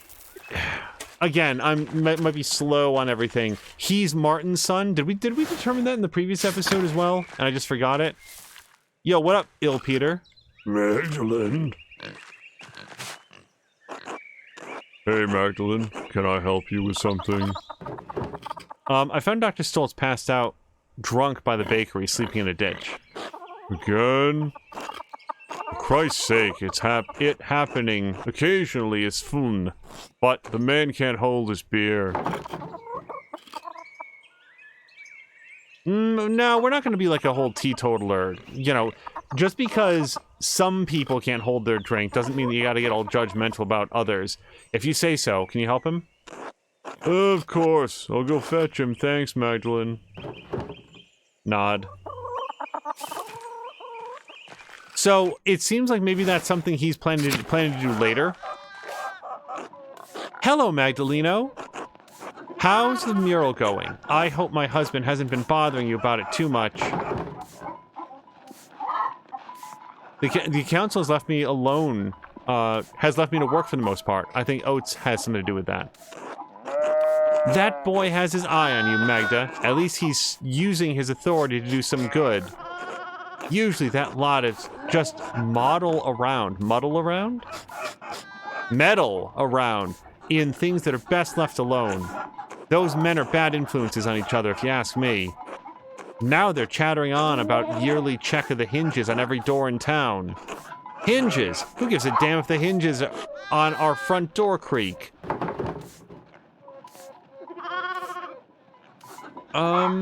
They are just trying to keep the town in order.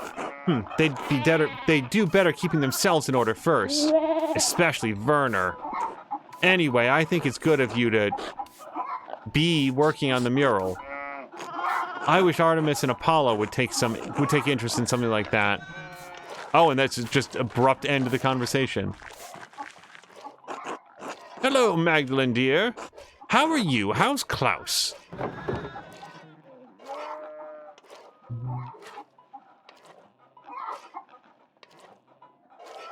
Neither of us is doing well. I'm having trouble coping with the stress, and Dad's been hard to understand recently. Oh, God, I will keep praying for you both. That both of you deserve the best. Life's been hard enough for you already. Please, let me know if you need any help around the house. I'd be happy to help. Oh, the housework. I'd been so caught up in the workshop in Rothaus, I forgot. Not to worry, I can come by and help out. Besides, then we can chat, and Chutter makes chores pass quickly. With all my children up and grown and no husband to care for anymore, I've got to make my seal useful somehow.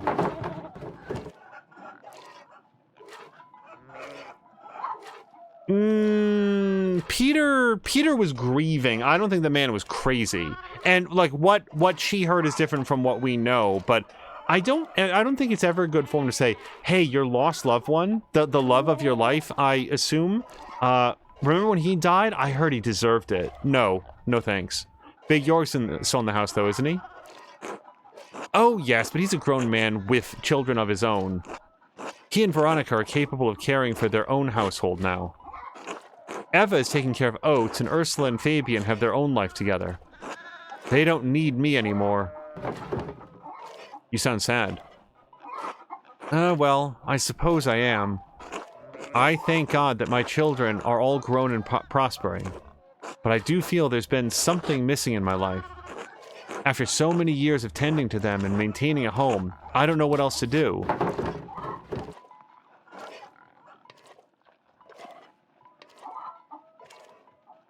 So if this was offering her a job to come work at the printing press, like, I think I'd probably do that.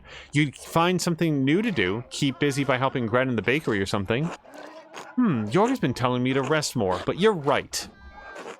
I'd rather keep busy as long as there's life left in these old bones. And that's why I said it. Like, the other option was like, oh, well, God told us that we could rest on the Sabbath. She's not lamenting the fact that she has too much to do. Like, she's not like, oh man, I'm stretched so thin the way that Magdalene is. She wants to keep busy. She wants to, like, have something that she's getting up for every day. Even if it's just, like, working on behalf of other people, it gives her structure. It makes her feel better. She doesn't want to just sit down in a chair and, like, knit for herself until she dies. And by the way, if she did want to do that, then I'd tell her to go do that. Like, she's lived her life. She's raised her family. And, like, if she was like, no, I'm done. I'm good. I've done my bit for, like, Lord and Abby. Like, okay. Well, that's settled. I'll come over to help around the house soon, all right? I'll see you then, Clara. God bless you, Magdalene. Okay, so, Big York is going to go collect Werner, and he's probably going to do it after he feeds the chickens.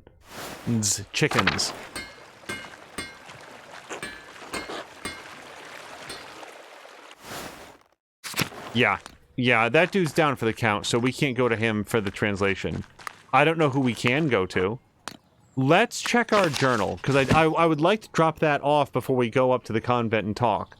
Oh, right, Father Thomas. I think that he was our third choice.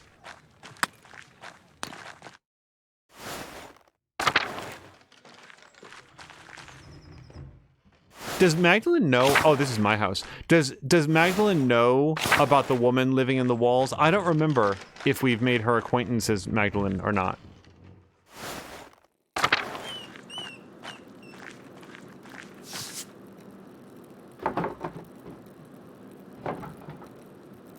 Okay, we've already read that once before. God bless you, Magdalene. And God bless you, Father Thomas. Do you have a moment? Of course. What can I help you with? I wanted to ask you about Tassing Saints. I'd like to represent them in the Rathaus. I'm thrilled to hear it. The saints will make a wonderful centerpiece for the murals. Let's make a deal. I listen rapturously as you tell me about the saints, and you don't press me about putting them in the mural. Yeah, let's make a deal. Very well. But you know, there is one saint you're overlooking. Contemplate this.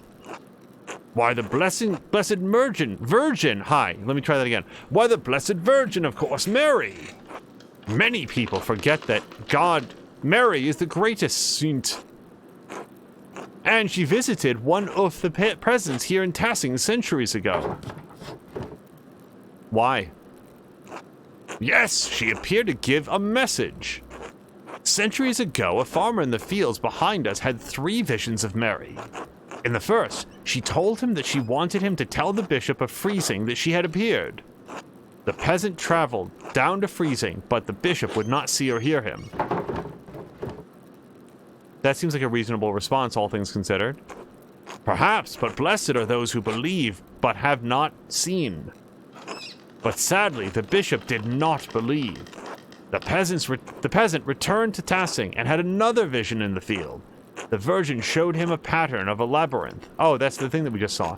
She told him to draw it on a sheet of birch bark and bring the drawings to the Bishop of Freezing. Yeah, you know what? Let's not poke holes in the Mother Mary, Mary, Mother of Jesus, appeared to me in a vision story. Let's just keep listening. The bishop attempted to turn the peasant away, but he could see the drawing of the labyrinth in his hands. It was the same image that the bishop had seen in a dream 3 nights earlier. He met with the peasant, who told him of the 2 apparitions he had seen here in Tassing. The bishop was moved by the peasant's story, and he came here to Tassing. Just keep listening. We agreed to listen rapturously. And when the bishop came, Mary appeared to both of them. She told the farmer that the town needed to build this church. She fooled the bishop to support the town. Was the town so poor that they couldn't have built it on their own? Oh, I don't know, but certainly the support of the bishop must have made it much easier. And so the bishop helped fund the creation of this church. The people of Tassing have been using it ever since. When was the painting made? I'm not sure. Maybe 100 years ago, maybe 300. And of course, I couldn't tell you the artist, unfortunately. But he's been here as long as anyone can remember. Thank you for the story, Father Thomas. You are most welcome, Magdalene. God bless you and your work, Magdalene. God bless you, Father Thomas. Hey, I had a book that I really wanted to have translated. Can you spare a moment? Yes, of course. What is it? Well, I found this book, but I can't read Latin very well. Could you help me translate it? The whole book? Oh, dear. I can't afford that much time away from my duties right now. The Christmas sermon is coming up, and I've already fallen behind on Advent preparations. Could the matter wait, perhaps? I'd be happy to look over it after the festivities. Of course, Father. Thank you, Magdalene. So, let me check, because I feel like we've run out of sources of people who could translate the book.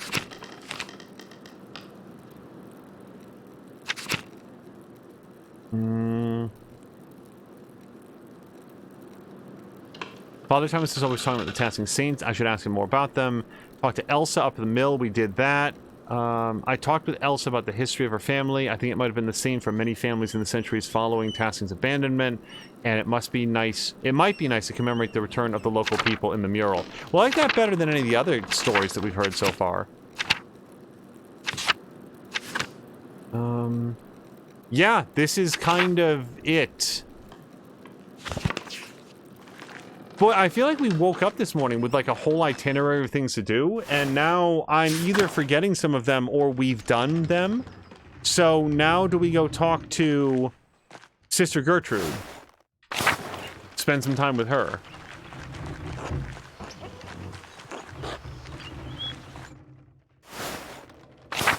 I feel like that's the only avenue left to me right now. Yeah.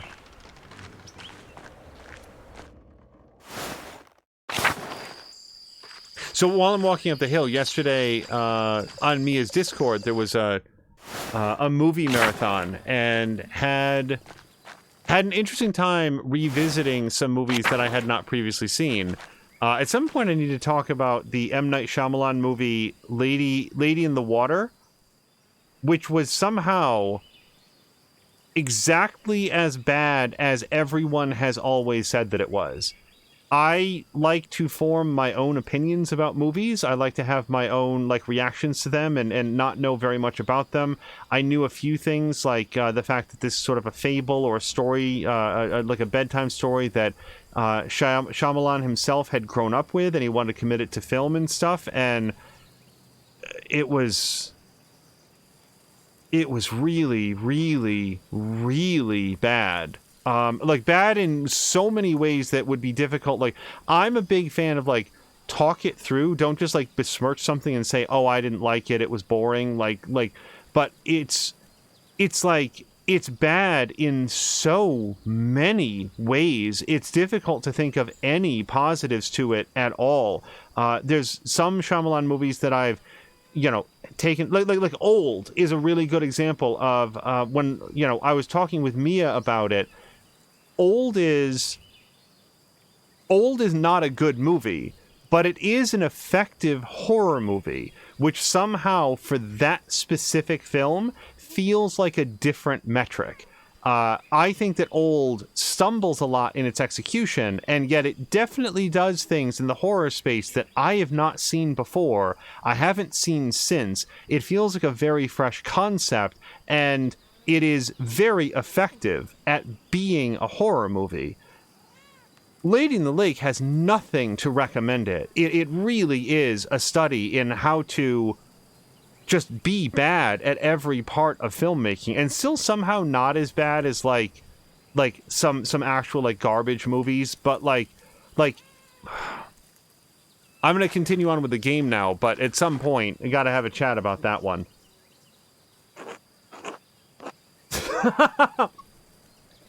Fox McCloud is asking, was that the one with the woman with the arms? Well, the star of the movie was not the Venus de Milo. She did have 2 arms, as far as I can remember. No firearms, though, if that narrows it down at all. Okay, so we're going to do this. Yes, let's go. Grumpy found Old boring. I don't agree with that assessment personally.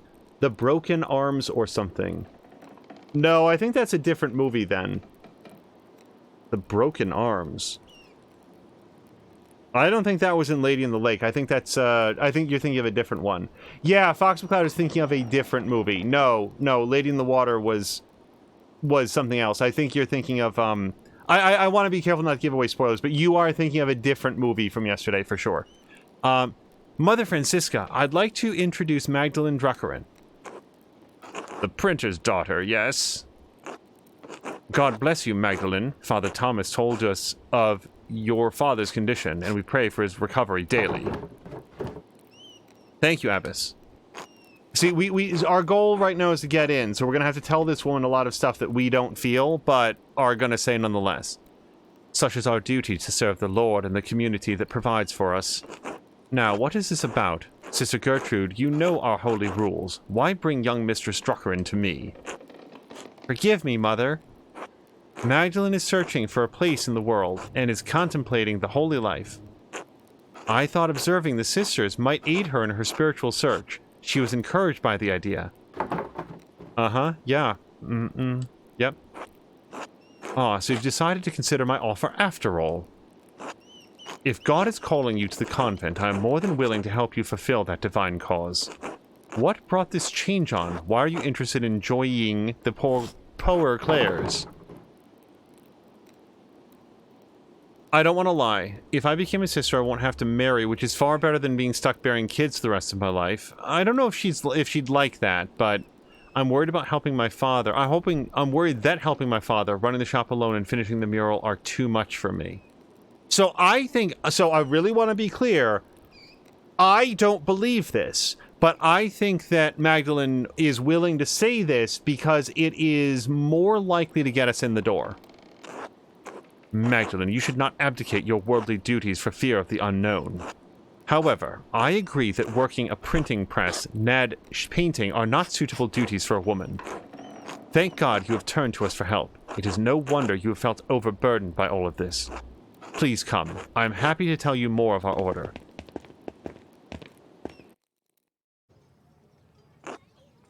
Our small convent used to be a part of the larger Kirsau double monastery, as I'm sure you've been told by Sister Gertrude.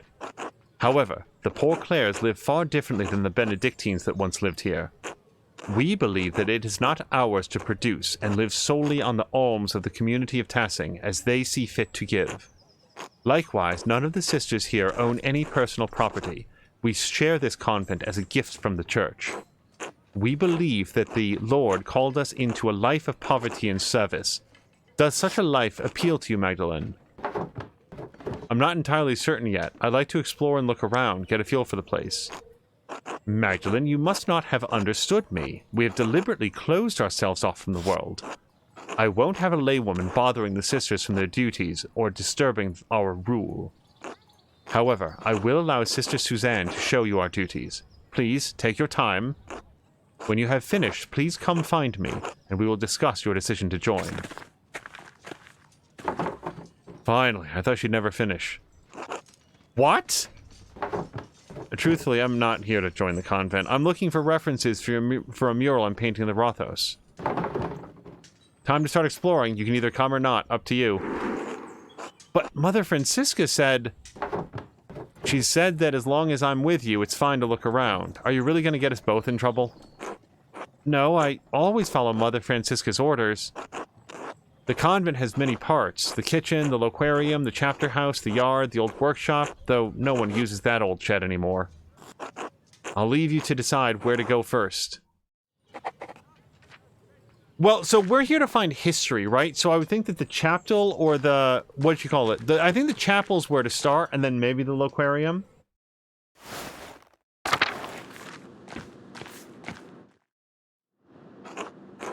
This is the chapel, where we all gather for Mass and liturgy. It's the oldest part of the convent. And the most drafty. Hello again, Sister Gertrude. The sisters have done some minor retouches over the years, but it's represented the abbey from its earliest days. Oh, there's the tower and the library. The cloister is still being constructed here. Yes, the tower was a Bergfried, I don't know this word at all. A freestanding defensive tower not built for permanent habitation. Long before the structure became a monastery, the duchy gifted it to the Benedictine order after the Holy Roman Empire grew. They had no use for it as a keep. Yeah, got it. These walls have protected Tassing from attacks of spirit and steel for generations. There's some Latin here too, but I can't read it very well. Oh, here's Suzanne.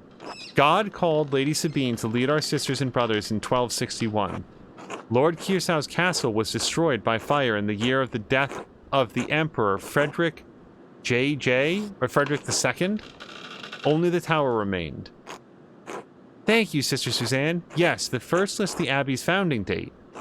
The Lady Kirsau was actually the one to suggest the old castle be turned into a double monastery. We added the second shortly after the revolt. Mother Illuminato thought it would be fitting. Even if the sisters were not here, some record of what occurred would remain. Kirsau is unique. A double monastery with two saints, one male and one female, to guard the town and abbey. Yes. It seems odd that a monastery would reuse placement for war and force. Not really. Fascinating to think that even before the Duke gifted to the church, the fortification was founded by St. Moritz. Let's go with the foundation of the abbey was even older than the Holy Roman Empire. Many things have been built and torn down on this land over the years. Who knows what else used to be here? You were right, sister. This mural will be a great reference for the Rothos. Then I'm glad to have helped. God bless you, Magdalene. Okay, so now we'll probably go to, like, the loquarium or whatever. I don't really get the loquarium. Also, Foxcloud was saying what I had thought in my head, that, oh, it's Margaret. God bless you, Magdalene. I'm here to pet Mousefonger. Well, I probably shouldn't have come to the kitchen, but this is the kitchen. There's not anything that's interesting here. Sister Marie and Sister Isabeau?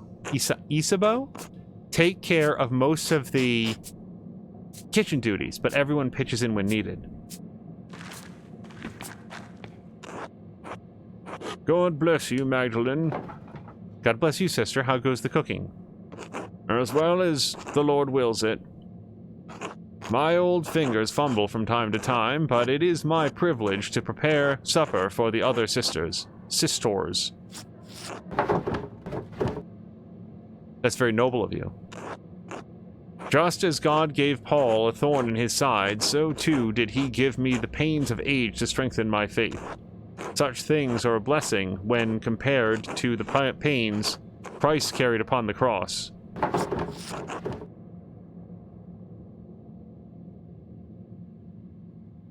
Okay, so it looks like we're going to push back on all of these. So I don't think that like, hello to Jägermeister. I don't know the teachings of church at this time. And I don't know much about the teachings of Christ in general. But he died for our sins, not so that we wouldn't have to suffer unnecessarily. And depending on which, like, sect of Christianity you believe in, the suffering might be part of the point, like to demonstrate your faith, which seems to be where this sister is coming from.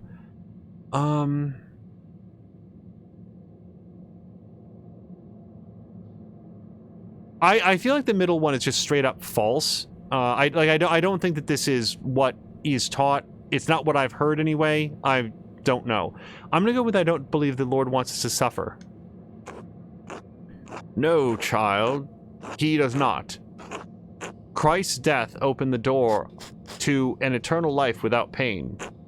But as long as our souls are bound in this world, suffering will exist.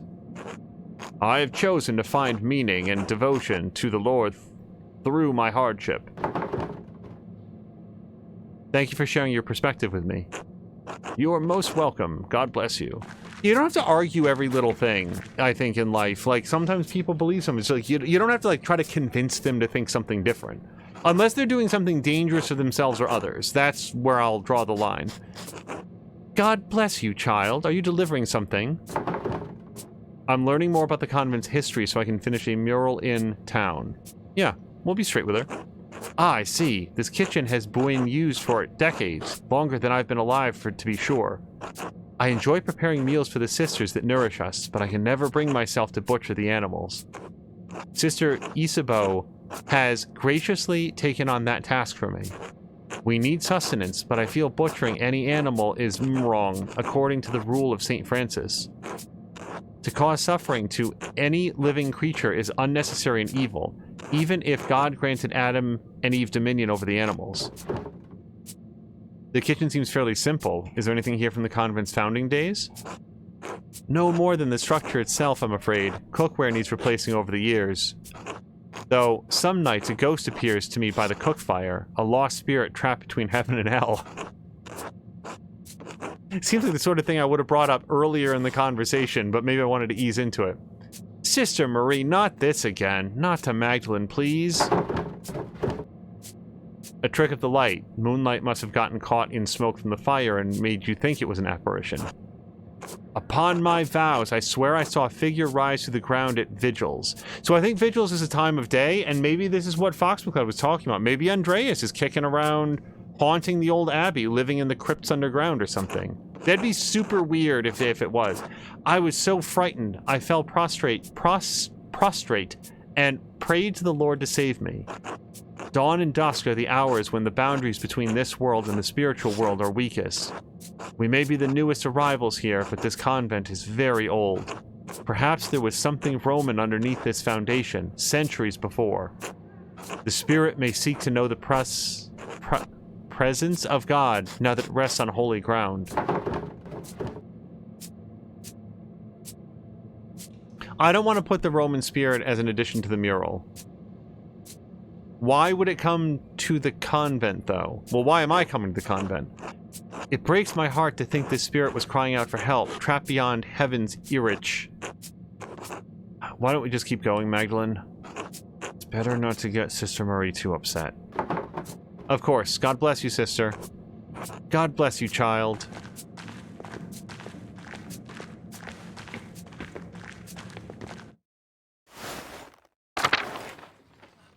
Fox Cloud says, he died for our sins. Does that mean that if we don't sin, he died for nothing? Am I getting this right?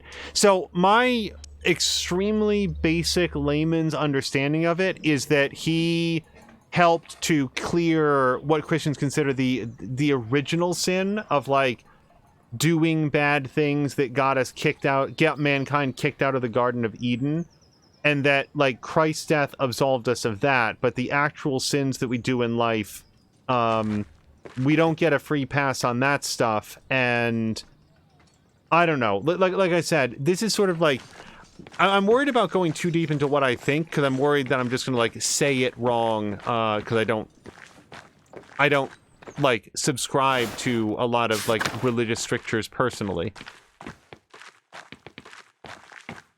I want to try to be careful about not misrepresenting other people's beliefs, is what I'm saying. I'd be the one haunting the basement whispering dank memes while I try to sleep, says Fox. Here's the Loquarium. Most of the Abbey's visitors come in here, but aren't allowed to enter. We aren't allowed to go into the outside world either. Like Mother Francisca said, isolation is part of the vows. Sister Gertrude once told me the old Benedictine sisters used to go out into town sometimes, and even talk to men on occasion. And I'm stuck here, staring at these walls for the rest of my life.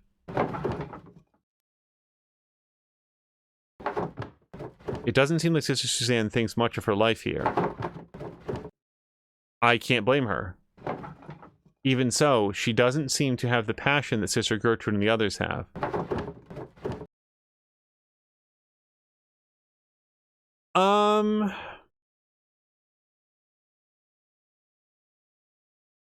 Well, look, if I'm going to encourage her one way or the other, it looks like either way there's, like, some encouragement happening here. If I'm going to encourage her to do something, it would probably be towards being happy and not, like, living in an old, burned-down convent, just reliant on other people to give her food and sustenance.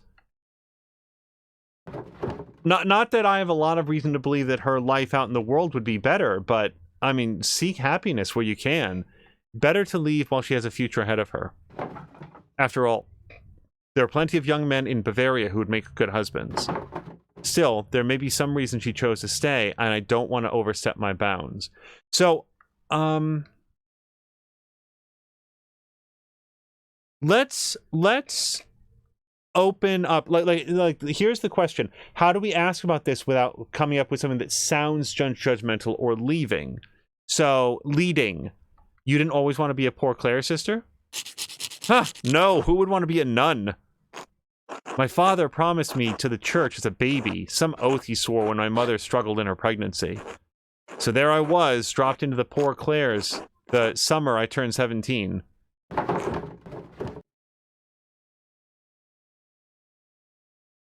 I'm so sorry, no one should be forced into a life they don't want.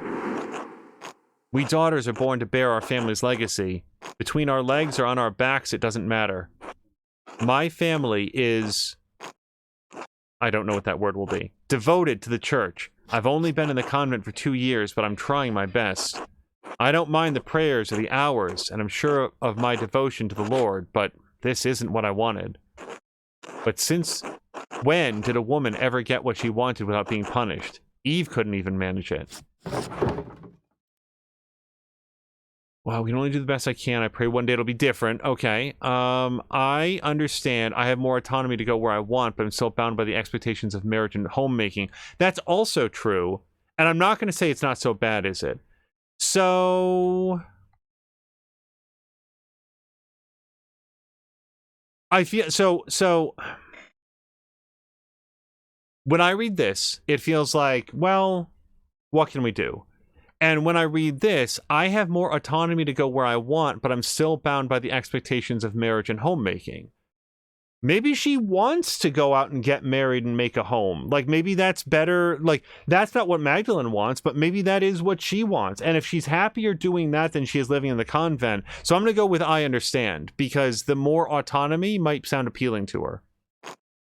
Ah, I remember the days of running around town. I wish I could have gotten married. I wanted to be a mother. Sometimes I get jealous of Sister Gertrude and even Sister Margaret. At least they got to see something of the outside world before they were 20. Protected from the plague and the Protestant rebels. No. Why don't you leave? I think you're lucky you don't have to deal with boys.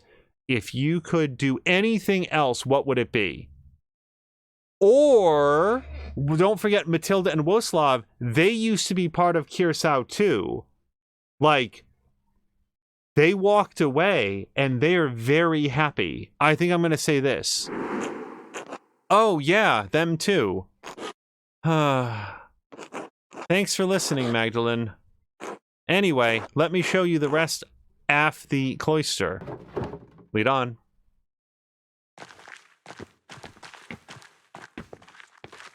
Because I was thinking about them during the conversation, like, the doors aren't locked, as far as I know. You can just go. So we've gone to the chapel.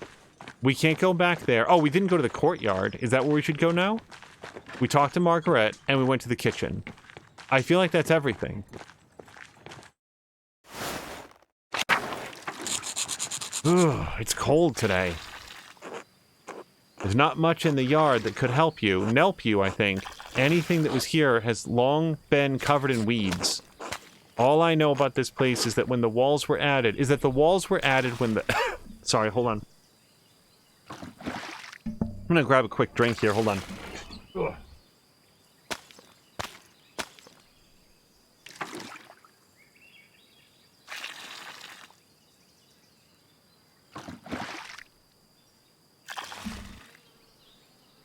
Alright, sorry for the silence. The walls were added when the convent was built onto the monastery. Oh, God bless you, Sister Benedicta. Sister Suzanne, God bless you. Ugh, this ice is hard. Do I recognize you, Sister Benedicta? I think I've seen you in town once or twice. Yes, you'd have seen her. Sister Benedicta is the youngest of the sisters. Mother Francisca allows only one sister to deal with the townsfolk. Benedicta received this privilege.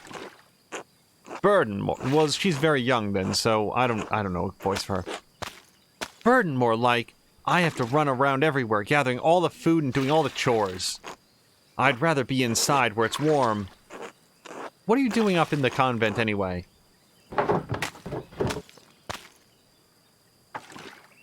Snooping. Ooh, don't let me get in the way then. What an adventure.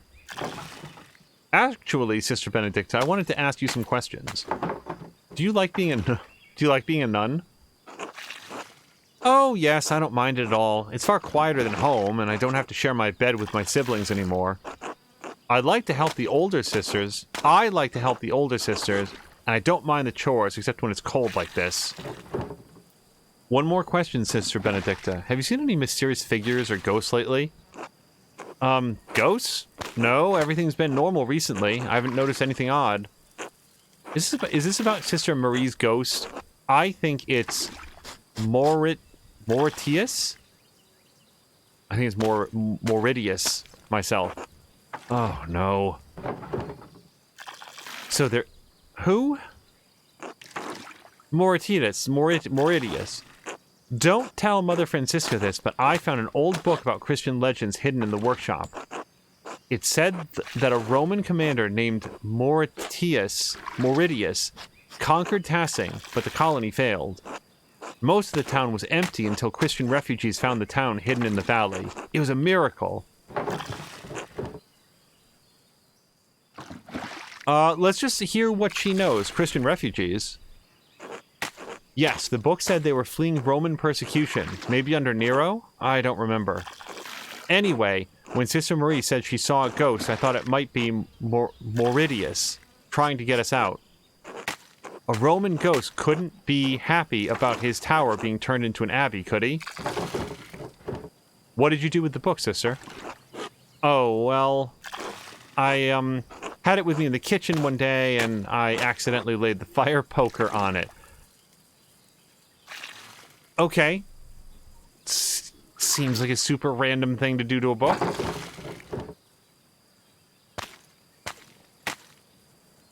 Stare in shock and horror, like she's just so cavalier about it. Sister Benedicta! I tried to fix it, but it's unreadable now.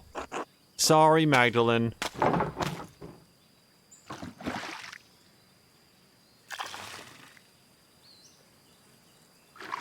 I gotta say, I'm kind of here with it.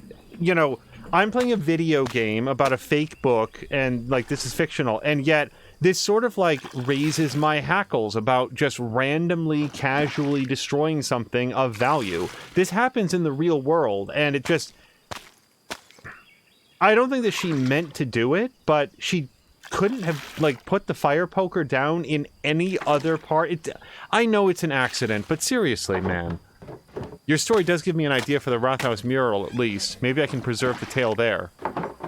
Thanks for telling me about the book, sister. I won't tell Mother Francisca. God bless you, sister. Ha ha ha! Thanks, Magdalene. God bless you. Okay, it doesn't look like we can go this way. No. Fox McCloud says people try to get him into religion, but I can't believe people who will stalk a child home from a bus stop. That would have been a weird religion to get into, Fox McCloud, for sure. I think you probably made the right call not going too far into that one. Cough. This workshop is covered in dust. Yes, this was the Benedictine sisters' workshop. They used to make badges. That is badges, right? Okay. And art for pilgrims coming to see the hand of St. Moritz. It looks like everything was just left here after the fire. Nothing's been used in years. We can't subsist on painting, and the poor Clares don't produce goods for sale, so we've no reason to be in here.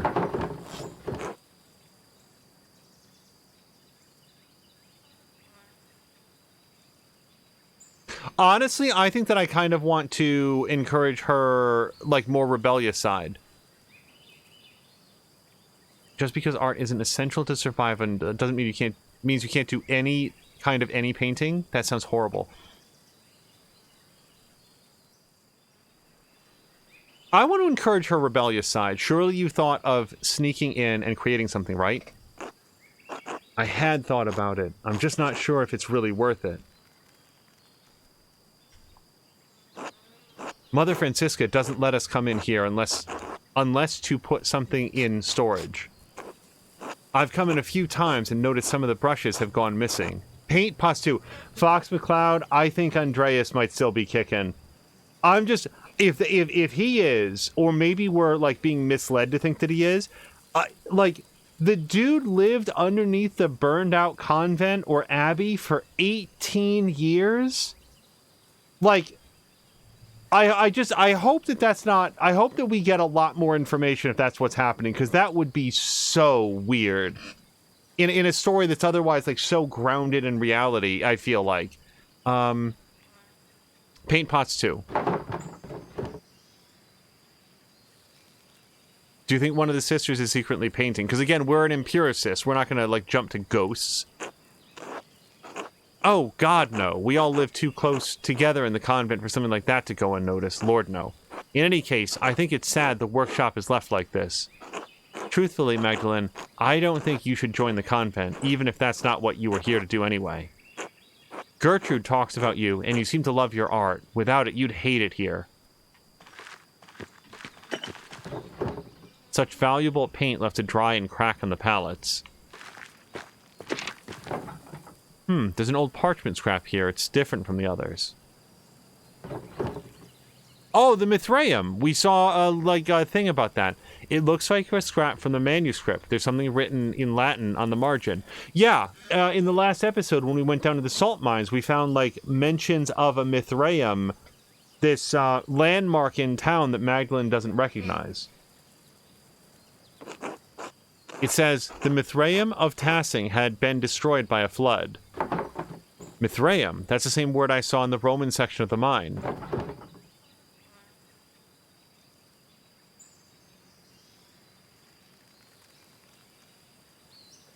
I mean, it might be from the book, but it could be from any book.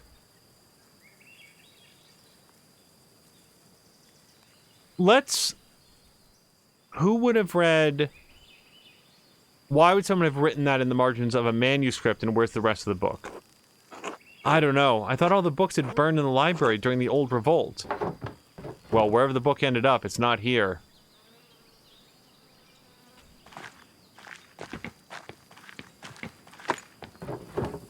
These old badges are beautiful. I hope the pilgrims who bought them love them too. Well, you've seen the entire convent. There's not much here. What do you think of it? No. No. To be honest, it seems like a life of drudgery. I think that that's true for Magdalene, and I think that we want to encourage Suzanne to leave. Yes, certain parts of our life here can be frustrating. It's been so long since I've spoken to anyone from outside the convent. I'm reminded of the life I once had. Now you have me thinking about whether or not I should remain with the sisters. I'm just saying that, like, in this specific case, cutting you off from the entire outside world and saying you can't trust anyone, you have to do what we say when we say it, that's more like brainwashy cult-style behavior. Fox McCloud says, I was home for about a minute, long enough to change out of my pants when they knocked on the door. I went down and opened the door, leaving the stream door closed, and I asked, did you follow me home from the bus stop? Without missing a beat, they said yes.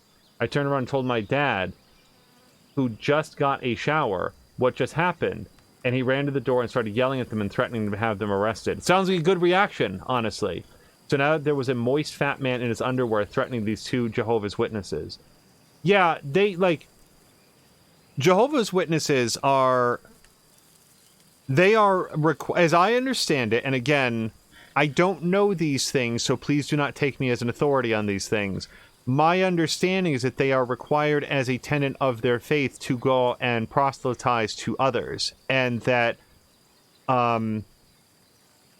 again, on the list of things that I've heard, this is actually a strategy, a tool, an experience that reinforces their commitment to the church, because when they get such a cold shoulder and people are so rude and unforgiving and impatient with them, then that helps them to realize that remaining with the church is a place where they will be accepted, and that their faith binds them to a community that loves and trusts them, as opposed to the outside world, which is harsh and unforgiving. I don't know that that's actually part of the logic. It doesn't sound especially far-fetched to me, but what I do know is that on the occasion that I've encountered Jehovah's Witnesses, I've endeavored to be polite as I tell them no. Then again, Fox, I've not had the experience of having one sort of lurk behind me home from a bus stop or something like that, because that would, I think, result in a different reaction. And I think that I'd be proud of your father for saying, you get the hell away from me and my family. I think you should go.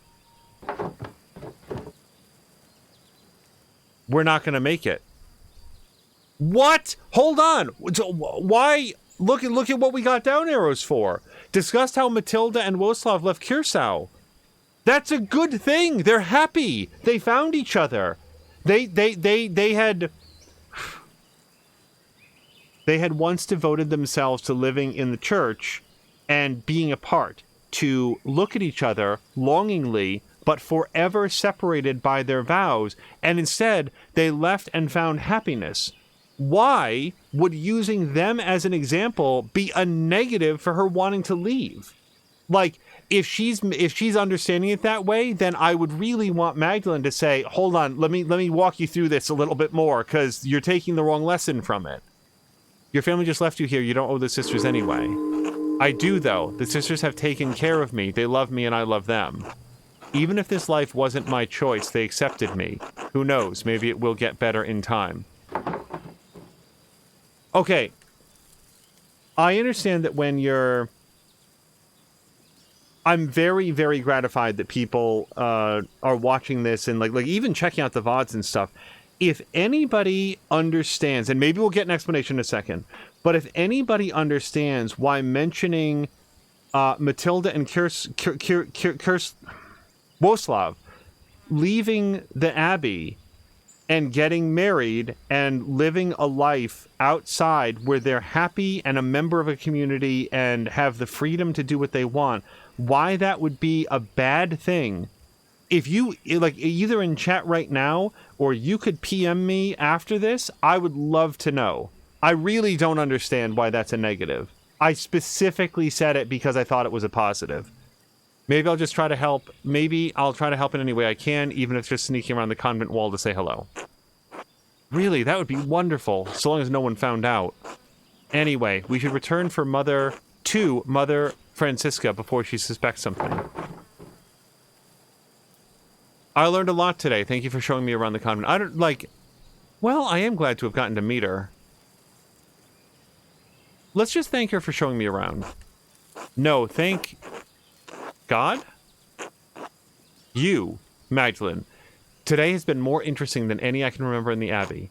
Come, let's find Mother Francisca. She'll be wanting to hear what you thought of the place. I do not understand. Well, Magdalene, what is your assessment of the Poor Clares? Is the good Lord calling you to a life with us as a sister? So let's be polite. Like, we lied to get in here. We know we lied to get in here. She probably suspects that we lied to get in here. Whatever our options are, we want to be polite about it.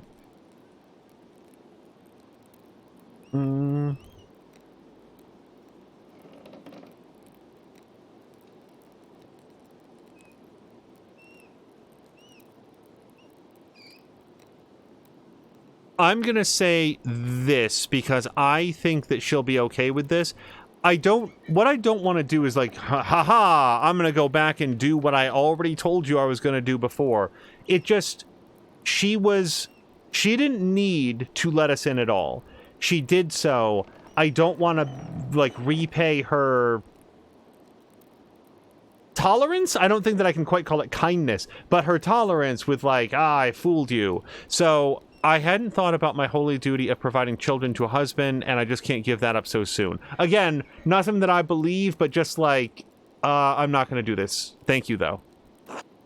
Motherhood is a divine blessing, Magdalene. Be careful with He saw right through us. Be careful with your sarcasm.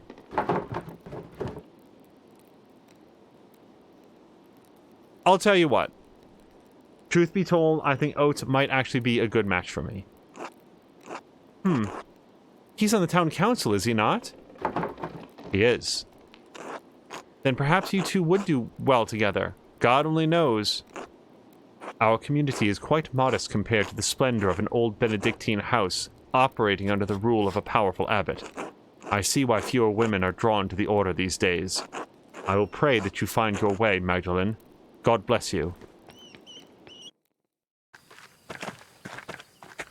I really wasn't intending to sound sarcastic when she said that. Ah, Magdalene, how did your little expedition go?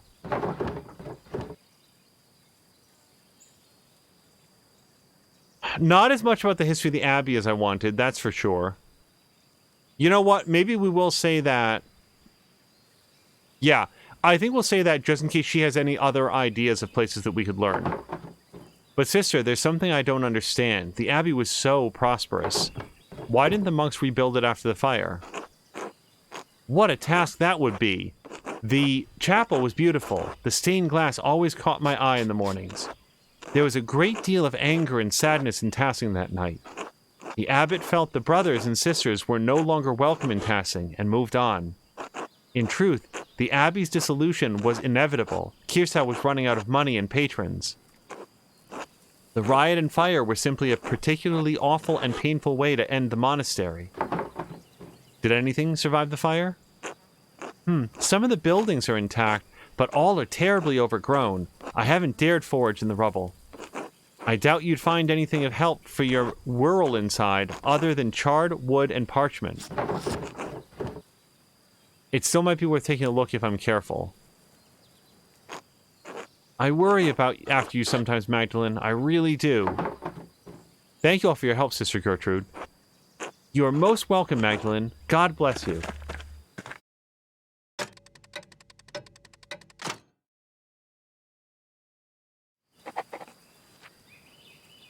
Okay, so is there a way to get into the... Well, not from here. Like, we're on the opposite side of the compound.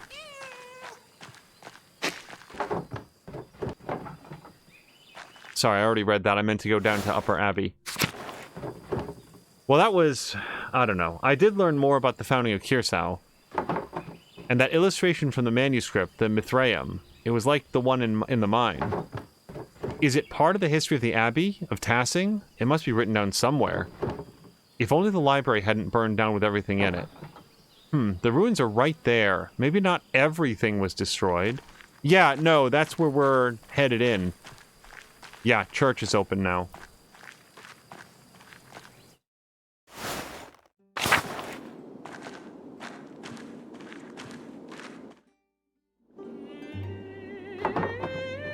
My God, this is amazing. I wonder what it must have looked like before the fire. Everything collapsed in the fire. I'll have to be careful climbing over this rubble to get past.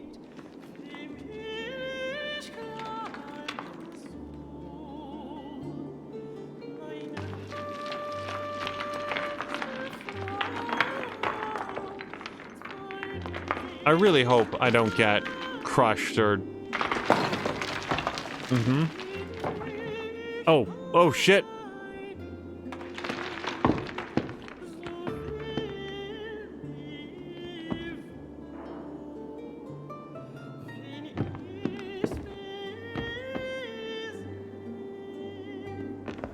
I'm not doing anything, by the way. Like my thumbs are off. God damn it.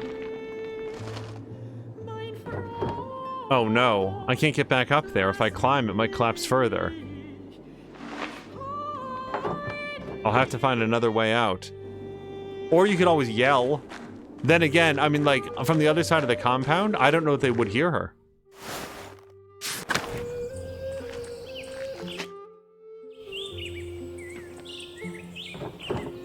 There's nothing left of the old staircase. I guess I can't go this way.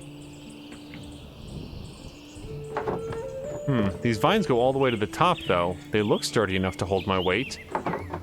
Well, there's no other way out.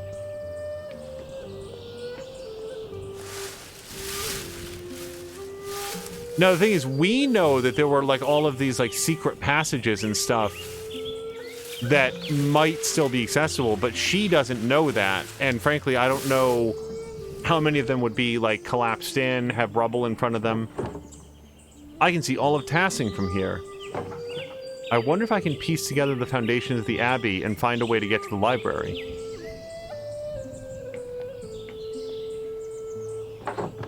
I bet I could get down this way. The roof looks pretty stable.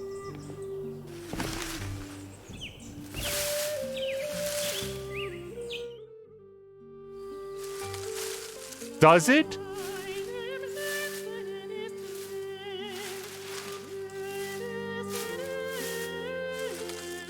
This is the story of how Magdalene fell 400 feet to her doom.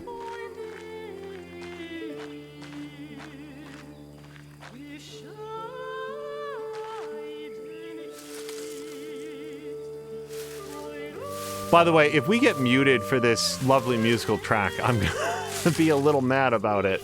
Because I really want to be able to hear about this.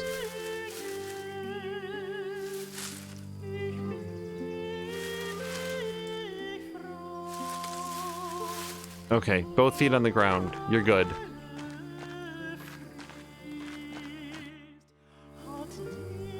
Okay, now I'm back in control. Oh, God. I remember when the library burned down. Dad told me I was just a baby, but I remember the flames coming out of the windows. So many people were screaming and running around. I cried myself to sleep that night. I haven't seen this place since then. It doesn't look like there's anything left inside. I suppose it was too much to hope for. Well, Magdalene, how are we going to get out of here?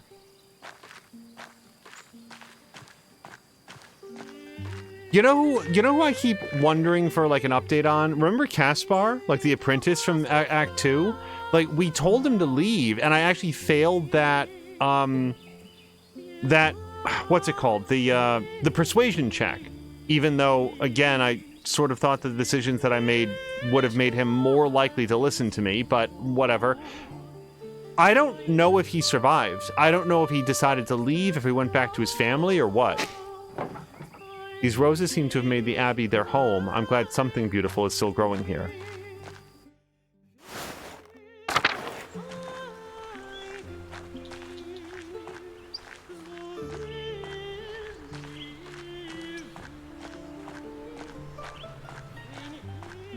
We're gonna go check out those flowers for sure.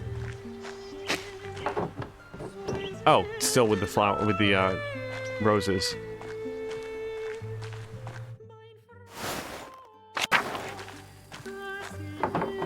I wonder if there were always this many cats in the Abbey. Perhaps I can ask Woslav what he remembers during his time here.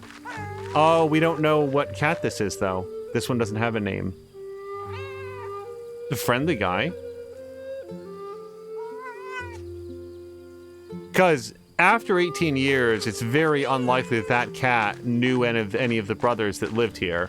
So I would have expected that cat to be pretty feral.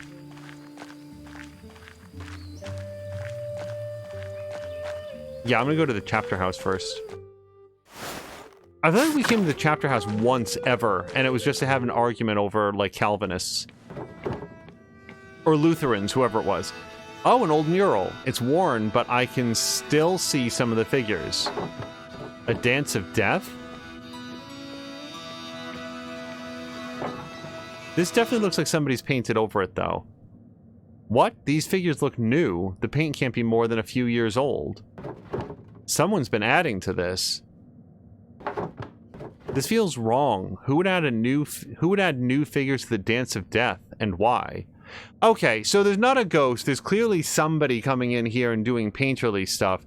And even as I've been talking about it, I'm wondering if it might... Because this is not Andreas's art style. It might be Kaspar's. Like, looking at this, looking at how crude it is, and by the way, still better than I can draw, I'm wondering if Kaspar has been, like, lurking around here. Like, he didn't want to go home and he wasn't sure what to do, so he just sort of, like, decided to set up shop under here. These look like the people from the town. These look like people from the town from here. People who died. That must be the Baron, and that's Otto. Wait, is that... Someone's here. Hello? Who are you? Okay, that definitely sounded like it came from the left, but I want to search the rest of the room.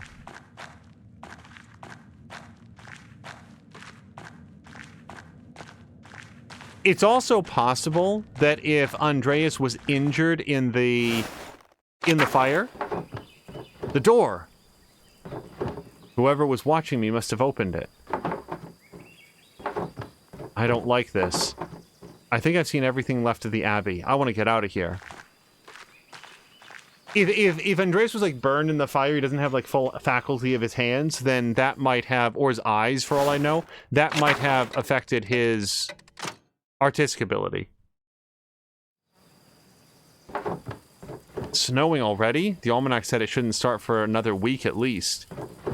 I think we're in for a hard winter. I should get back to the Rothaus and get to my work.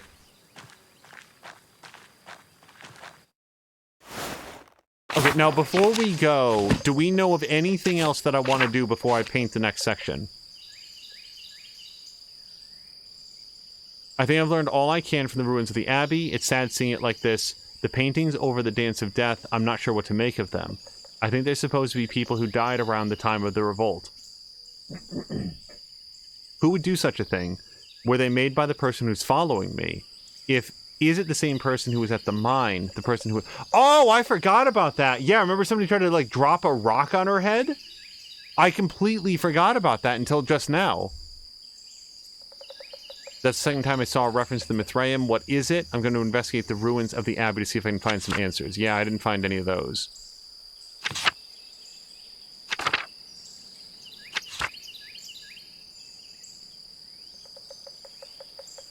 Dr. Saltz, and even Father Thomas. Yeah, nobody would read the book for me.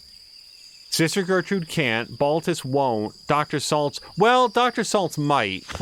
Let me go see if he's sobered up at all. Big Jorg would have, like, helped him back to his home by now. I imagine that he's pretty hungover, but it's worth a try. I did look at these plants at one point, yeah?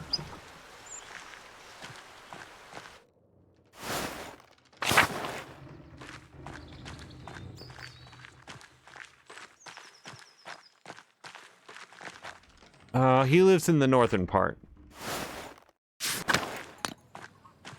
Wow, it took me like 35 years of in-game time, but I feel like I'm finally starting to know where people live.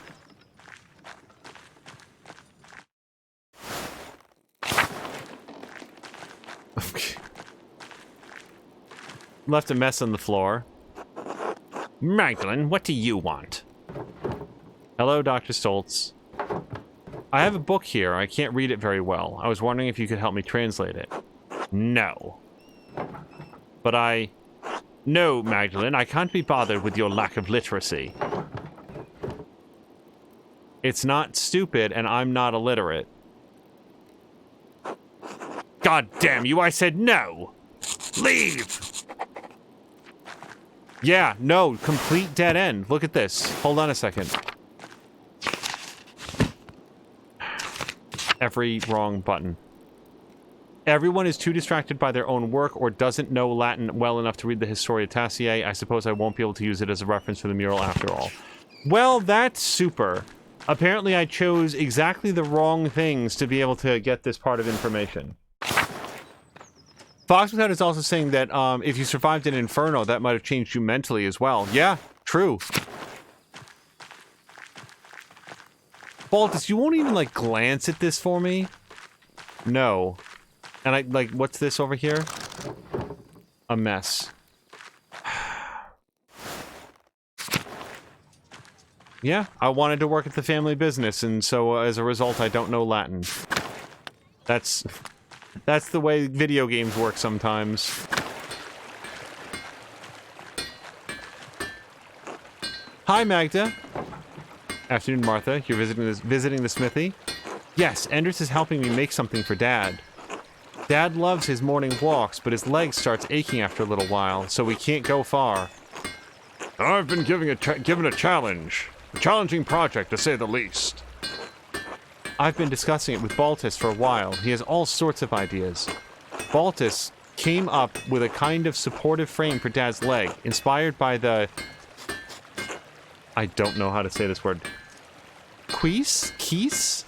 Queese? I have no idea. Engrieve. He hopes it could help Dad put less weight on the injury. With this, maybe it'd be possible to help him move around without so much pain. The design requires all manner of metal parts, though. I hope I'm up to the task. Some of the smaller bits may be a problem. I have faith in you, Endress. Iron is quite expensive at the moment. How are you paying for it? We manage. A few people in town have helped out. Endress here has been very generous as well. He's accepted some of our crops in trade. I like the cause. Dad needs the encouragement. He becomes so much sadder when autumn arrives. I haven't actually told him about any of this yet. I want it to be a surprise. A gift for Christmas if all goes well.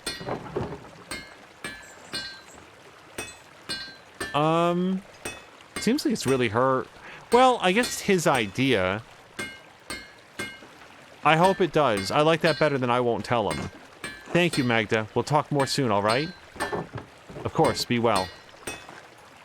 So, you guys, Woslav, like, there's a lady up at the convent who doesn't want to be there. Can you, like, talk some sense into her? Nope, they're just passing out God's blessings.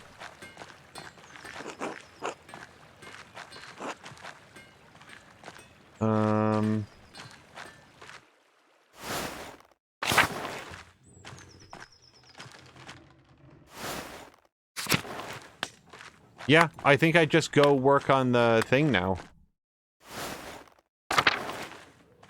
Mural is the word I'm thinking of.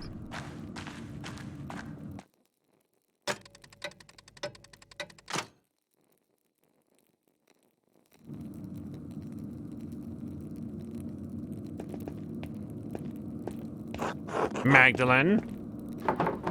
Dr. Stoltz? So, you're doing quick work with the mural, eh? I hope that doesn't make you sloppy.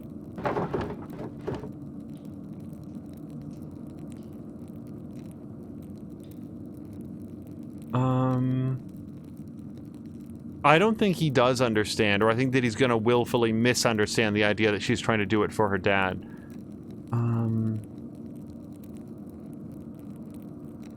I also don't think he's going to be sympathetic to doing the other chores.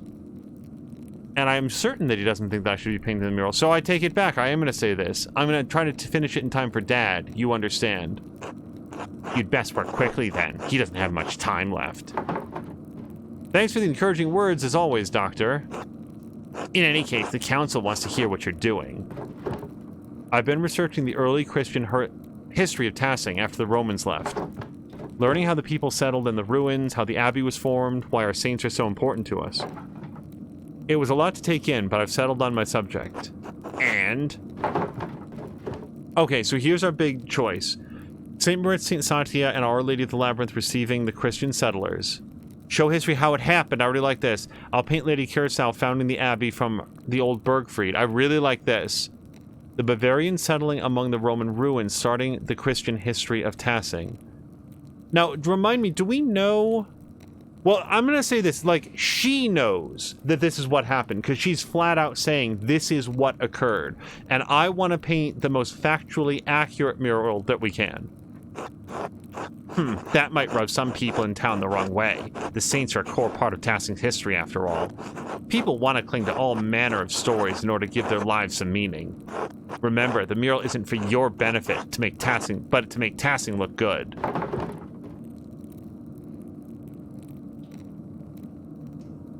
Just let me do my job. After this section, there's still so much work to do. I haven't even figured out how I'm going to portray the revolt. Ah, yes. I imagine it poses difficulties that the other murals do not. It's a strange thing to tell a story that still lives in the hearts of so many people here. I don't think anyone wants to talk about it. They've all just locked it away. Sounds like you have your work cut out for you. I'll leave you to it then. Oh, Dr. Stoltz. Yes? No, I'm not going to ask him about this. No, I'm not even going to bring it up to him. He wouldn't even glance at our book after we arranged to get him home. No. I don't see how it possibly benefits Magdalene at all to talk to him about that.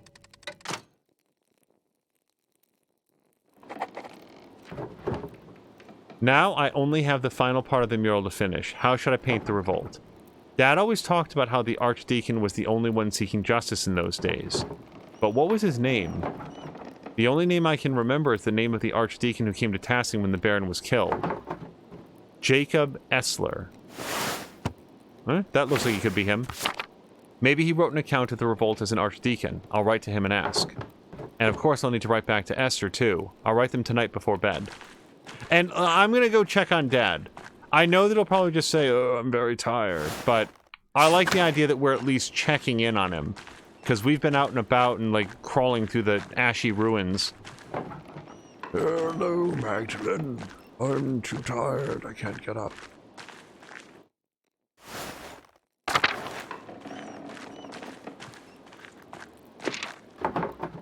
All right, where to begin? I'll write to the Archdeacon, Jacob Essler, and see if he can tell me about the revolt. I'll write a letter to Esther, too. I hope the courier can make it through the passes before winter. Jacob Essler, formerly Archdeacon of Freising. My name is Magdalene Druckerin. I'm an artist in the town of Tassing in Upper Bavaria. I believe you passed through our community when you investigated Baron Rothvogel's murder at Kiersau Abbey in 1518. Do you remember anything about that case that the people in Tassing might not remember?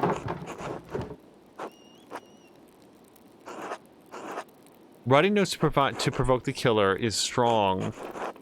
Did you see any evidence that might suggest there was some sort of larger conspiracy? Do you have any reason to doubt the conclusion of the case? So, the one thing that we do know happened, but I honestly don't remember if we brought it up to him, was the notes being written to the person that we thought that was the killer to, like, deliberately provoke a confrontation. So, we're gonna go with that. More have appeared in Tassing in subsequent years, seemingly harbingers of death. Thank you for any help you can give. Magdalene Druckerin.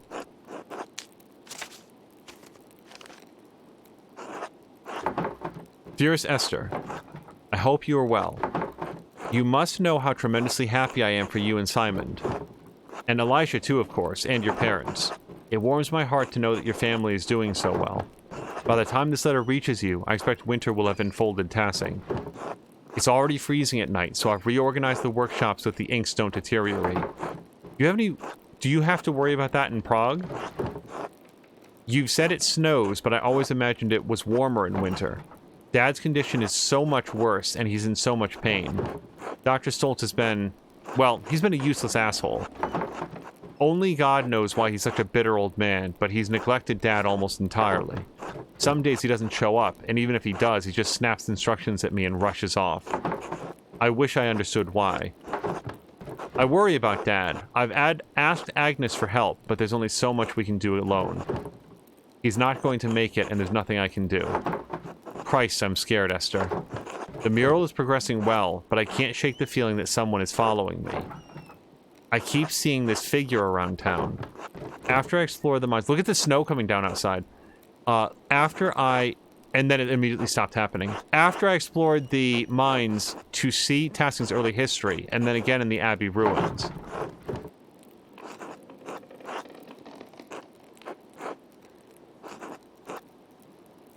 Whoever it is, I'm sure it's not anyone from Tassing, but what do they want from me? I don't know why I'd be sure it's not anyone from Tassing. Maybe it's just like a strong feeling that she has, but if it's the person who attacked my dad, why are they following me? It's the strangest thing, giving me a fright a few... yeah, almost dropping like a big stone on your head from the top of the well gave me a spook. It was a bit of a scare. But I don't mean to ruin you, worry you. Nothing's happened to me yet, so I think I'll be safe. Okay. The only news I can share at the moment is that the mural is almost finished. I should have it completed by Christmas or soon after, before the new year at least. Then perhaps at long last I shall be able to visit you and meet this Simon. Anyway, I fear that this will be my last letter of the year. The Reichspost has already been late and reported worsening snows throughout the passes. We seem to be stepping into a harsh winter. Stay warm and give my regards to your family and Simon. Yours always, Magda.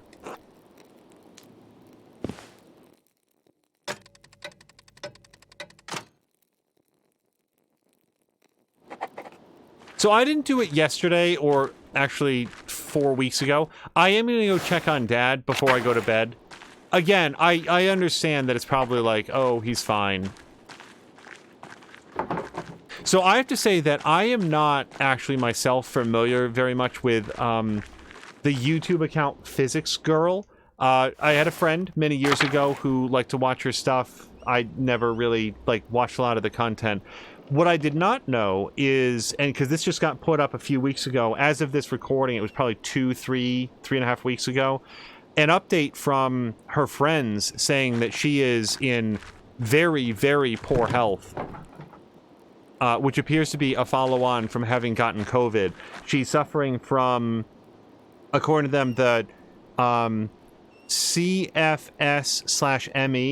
which is the chronic fatigue syndrome, and then the ME stands for like a medical term that I did look up, and I wouldn't say it correctly even if it was right in front of me, but is like literally unable to get herself out of bed.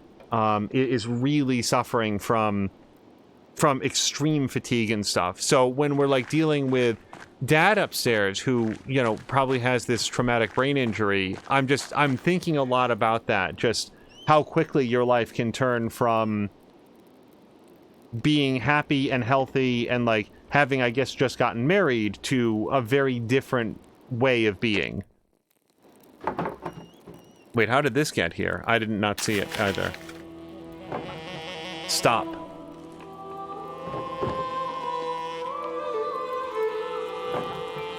This is just like the note Dad found.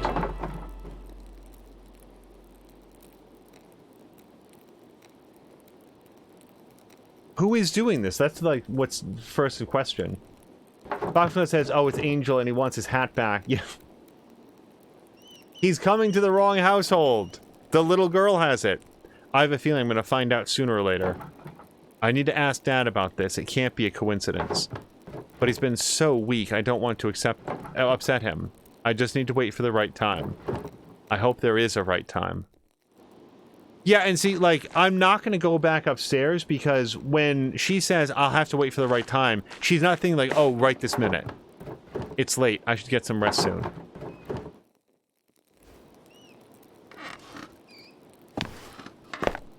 It's the same blue ink, it's the same handwriting. It's clearly not somebody who came back to finish that off because they wouldn't have had any difficulty with that. With Magdalene out of the house.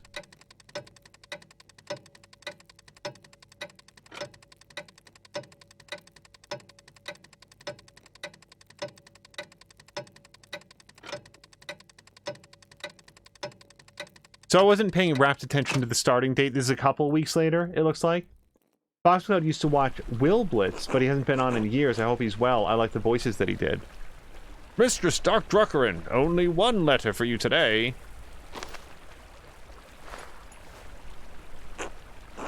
The pass is nigh impossible to traverse, and the heavy snow is hard on the horse and me. Anyway, happy Advent, my dear. Thank you. The same to you. I really feel like I'd go inside to read this. Ah, a reply from Jacob Essler. Mistress Druckerin, I do recall the Rothvogel case, though it has been over a decade since I have served as an archdeacon. I am no longer associated with the office of the Prince Bishop. In fact, I am no longer associated with the Catholic Church. If you do not mind conversing with a Lutheran, I will tell you what I remember. The notes you mentioned do stir something in my memory. One of the men I questioned at Chiarosau was an artist from Nuremberg, Andreas Moller. He mentioned finding notes written in a fine hand, inciting individuals to violence against the Baron. While the scope of my investigation was too narrow to look into the matter, it did concern me. Finding more notes now, after so many years, must mean that their author is still active. If this is the case, a serpent has lain coiled in the bosom of your community for decades. It may lay there still. What causes this serpent to awaken every few years to stage a new killing? I fear that finding the answer to that question may draw you into its reach. However, if you are determined to find the source of the trouble, I believe you must inquire with your neighbors. I urge caution in your investigation into this matter. If the serpent merely sleeps, it may be dangerous to poke into its old resting places. I hope this has been of some help to you. May God bless and keep you safe. Jacob Essler. Oh, she has, she has breath coming out. No reply from Esther this time. It must have been delayed due to the heavy snow. The postman said I won't receive any more letters until spring. I'd better get back to the Rothaus then. Still more work to be done. Boxwithout says, I always worry about people that haven't been on in years. I feel the same way, I know that some people call it, like, parasocial relationships. Like, almost any presentation of concern for somebody that you don't know personally in the real world. Oh, it's a parasocial relationship. No, it's common, basic human empathy for other people. Here's a very quick example. I don't know Tim Turry, who used to work at Game Informer and then went to Capcom and last I knew worked at Sony. I don't know that dude. In fact, if I were to encounter him in real life, I might not recognize him. As I've shared, I'm really not good with faces. I'd probably recognize his voice before I'd recognize his face. But I was earnestly happy for that dude when he got married. Not because I'm his friend, not because I thought that I was going to be, like, invited to the wedding. He has literally no idea who I am.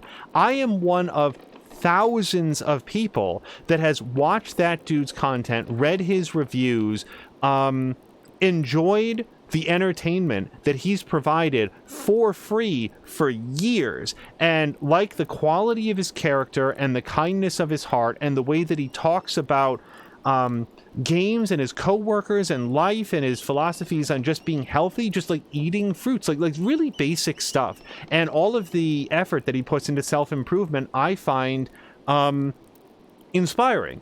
I like the way that dude, and I regret the fact that I don't have as many vectors towards like his content as when he worked at Game Informer.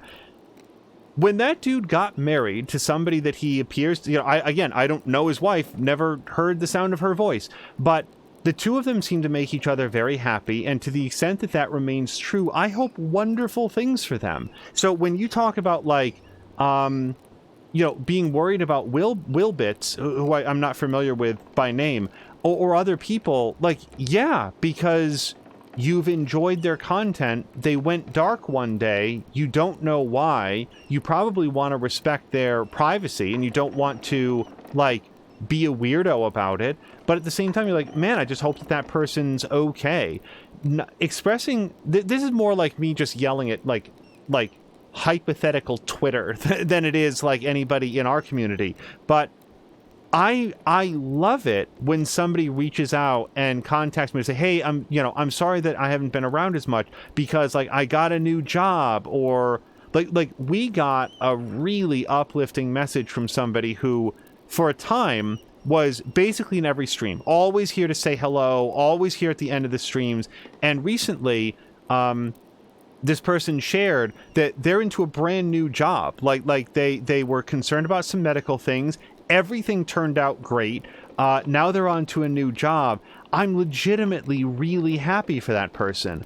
We also got a second note from somebody else who, again, had been sort of a mainstay for a while, and they've really hit on some hard times, and they experienced a loss in their family that has hit them very hard, and my heart goes out to them.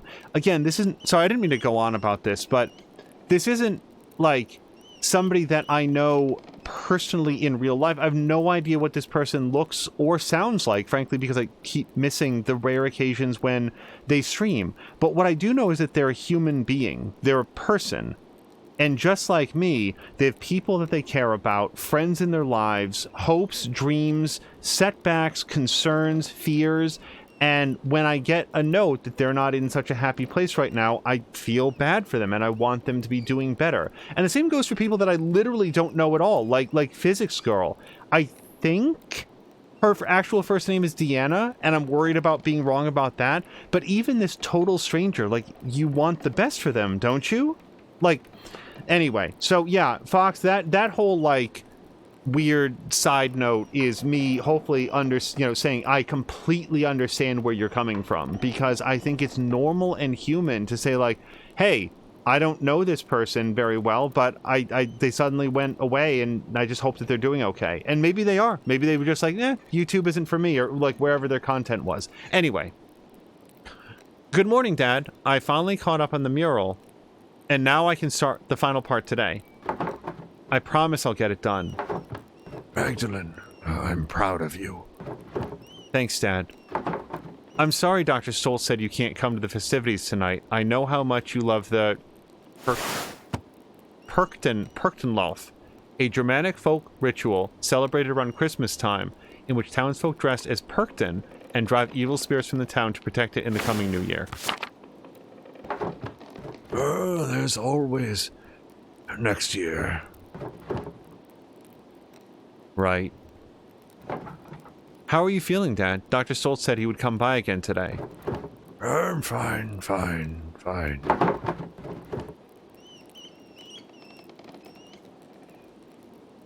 I'm gonna say this. I don't think that she's going to do this, but...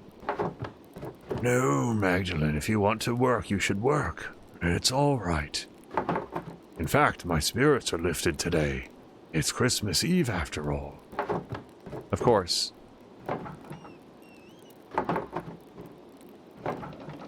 What's wrong? Dad, I found a note back in November. A note? What do you mean? It was like a note I found in your plans for the murals. Just a scrap of parchment. It looked like it came out of an old manuscript. Elaborate writing, purple ink. It just said, stop. Do you know where they came from? Who wrote them? Magdalene, Oh god, that must be Oates. He said he'd drop by with more firewood. Maybe Oates can sit outside in the cold for a second. If you know something, I'd like you to tell me, alright? I know I will. Can we talk about it later? Dad. I'll tell you, I promise. Alright. I'll be back later. Good. Take care of yourself out there. Hey, Dad, just in case this happens to be the last instant that I see you alive. Hello to Jody K. Hello to Harmonious Crow. Fox McCloud is saying Daddy knows something bad. Sorry, knows something, but due to game logic, he's about to die. And also says hello to Fox McCloud. Yes, Jody K, Fox McCloud, Jody K and Harmonious Crow. I hope that both of you have had a pretty good Sunday. Hopefully we can provide some... Are we into the 17th century now? We're into the 1600s, aren't we? Do we know what the date is? Oh, 1543. Yeah, no, if we started in 1518, it would be a little bit weird if she was still alive. Magdalene. 16th century murder mystery stuff. Morning, Magdalene. Morning. I told you the almanac was right, didn't I? The moon forecasted a cold winter this year. Fine, you were right. It's a good thing you paid attention to it. Saved me a lot of trouble finishing work early. Anyway, here, I brought some firewood for you and your dad. Thank you, Oates. See, like, I'm sure, like, A, I bet that she could have managed, and B, now she doesn't have to. Like, I'm just saying that thank you is fine. You're welcome. So, how's your dad? You think he can join everyone for Christmas Mass? I think he'll stay in bed tonight. I'll do my best to be there. I need to keep working on the mural, though. I'm working on the final section. About the Peasants' Revolt, right? It feels weird to talk about it. It affected Tassing so much, but we were just kids. I can't remember what happened since I was just a baby. I never even knew my dad. That's what makes it difficult. I need to ask those who were already adults that night, but I don't want to touch raw nerves. What if you spoke to people while everyone was preparing for the Christmas festivities? Confronting people about dark, damaging, traumatic memories during a holiday feast can't possibly go wrong. That's why everybody loves getting together with family for the Christmas festivities. Clara sometimes talks about that night. Mom, too. You might be able to ask them. Woslav and Matilda are the only two Benedictines left living in Tassing. Maybe they'll talk to me. Huh, I didn't think of that. Still, the mural is for Tassing, not the old abbey. Agnes has always been in Tassing, right? I'd go to her if I were you. Agnes. Wait, who's Agnes? Oh, right. I talked to her before.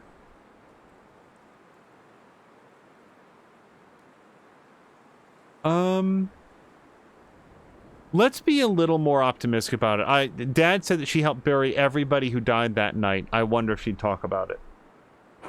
Jody K, and hello to Drienne. Jody K is saying, I just got home from Gamer Nation Con. Now, was that with...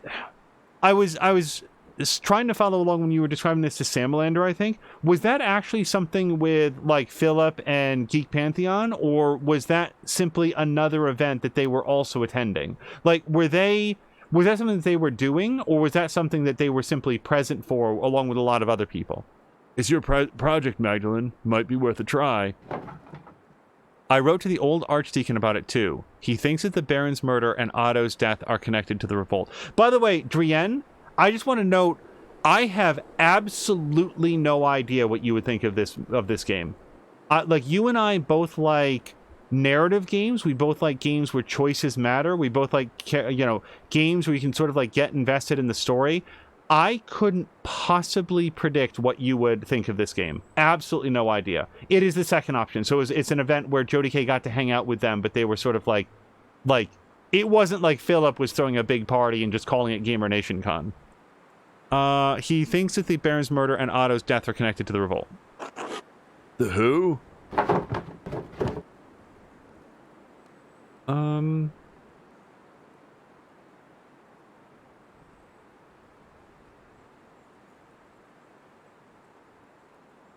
I'm gonna go with this because I'm not sure that Oates cares a lot about like history, and maybe just like what if all the deaths are connected? Maybe that'll like pique his interest.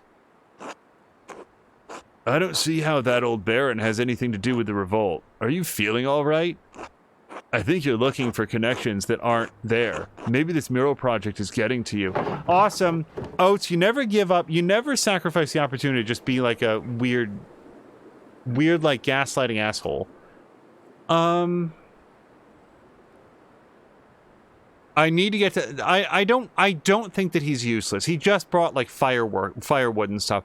What I do think is that he's not curious. I don't think that he's very intellectually bent. I'm also uncertain about how I would feel about it, says Drienne. Oh, interesting. So Jody K is saying it's a con put together by D20 Radio, the Association of Podcasts. Hey, hold on. I want to answer this, but I have something to say about a podcast I didn't know existed. I need to get to the bottom of this. If you're sure... I'll figure it out somehow, thanks to the wood. See you later, Matt. God, he's still... I swear to God. Oates is right. I should start talking to people around town. I'd better get started if I want to talk to everybody before the Perktenlof. The fact that, like I said, I was willing to give him the benefit of the doubt that he might seriously try to stop calling her that, but it's now been like another 2 or 3 weeks, and he's still doing it. No, actually, it's been more than a month, because remember we skipped to the end of December. Yeah, he's not trying. That's the thing about Oates. He might be a decent human being. He might be like a good provider. He might have a solid head on his shoulders and be a member of the town council, but I cannot get past the fact that he doesn't respect her at all, because the only thing that she's asking, like, well, not the only thing, but like one thing that she has repeatedly expressed is important to her is stop calling me Mags, and he won't do it. I've made that mistake in life. I've made that mistake of like, oh, what's the big deal? It's a big deal to the person. Don't call people like nicknames that they don't want to be called. Just don't do it. You're never the good person in that scenario. Also, Jody K saying Genesis system ER is... Oh, Eberron Renewed is currently playing. Exists because of Gamer Nation Con. Oh, I didn't know that. Hello, Magdalene. Eva says hello. Christina says Magda. Everyone's glad to see Magdalene. Watch, by the way, when she goes outside, she puts on her scarf.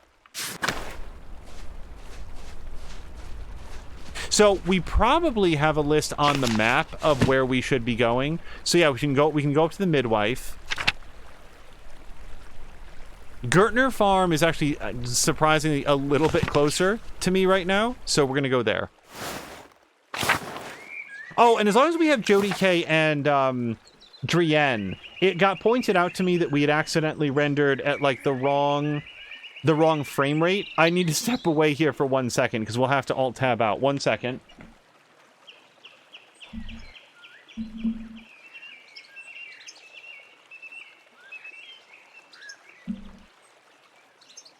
Yeah, so that's the adjusted frame. Again, it's just an idea for Mia's stream, like looking at how to achieve the rounded edges that she likes. And that was the animation. When we did it the other day, it was a little bit different. This one has a little more articulation to it. But also, like, if we move around here... oh, hold on.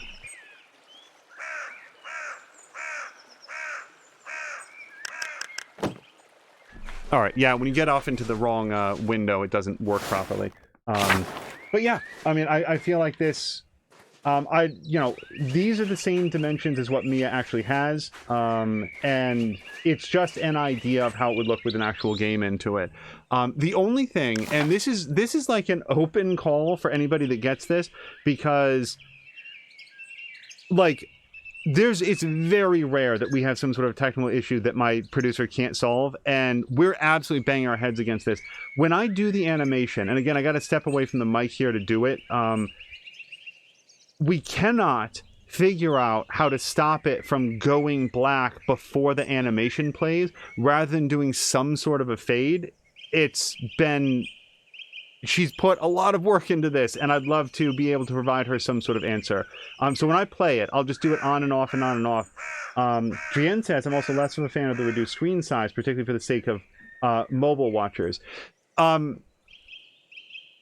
I personally like to have as much of the screen that we do here given over to the game, but I also know that for Mia, she very much wants to have the like some of the icons along the bottom, including like when she'll do Happy Easter or like Happy 4th of July, and then having the chat over on the side. So I think that the idea is let's make sure that the game is always visible and have some of that stuff in a frame off to one side. This animation here, though, like, if anybody has a guide or like a video that they watched on YouTube or something that explains it, because it really doesn't seem like it should be hard, but OBS and Streamlabs just straight up will not allow it to cut to a transition without like going black. And it's, Brianna is saying for transitions, try messing with whether or not your scenes remain active when you are not focused on them. Well, take a look at that. Yeah, you'll see it when I play it. Let me just run it one more time here.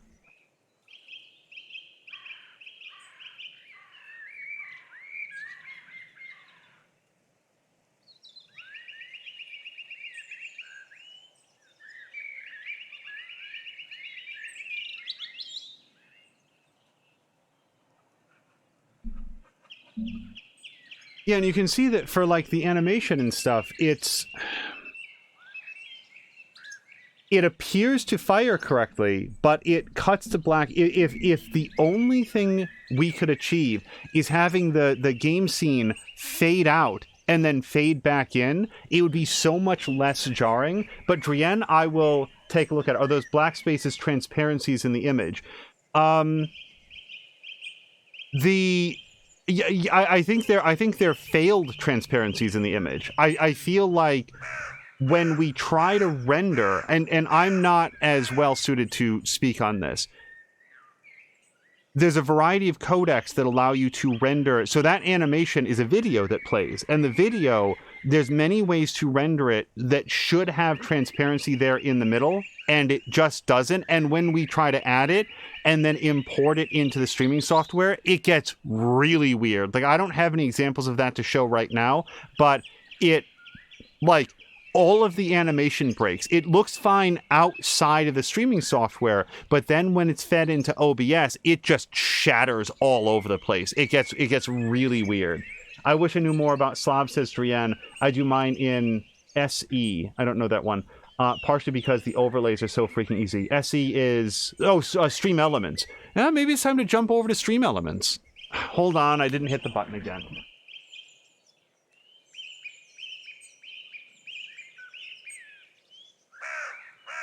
The challenges of trying to do this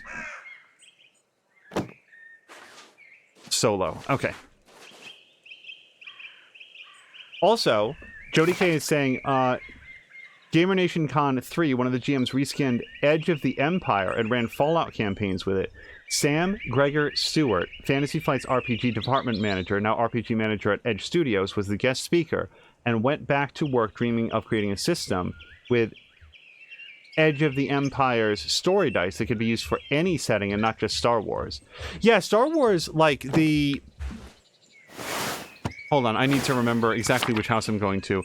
I've never played like a Star Wars RPG, but I've seen the dice, and they are not comprehensible to people who have not played the games. Because they've got like colors and symbols, and it's like, okay, I can kind of guess if that's a hit or a miss or whatever, but don't really know how it works. Bless you. Oh, here's Clara.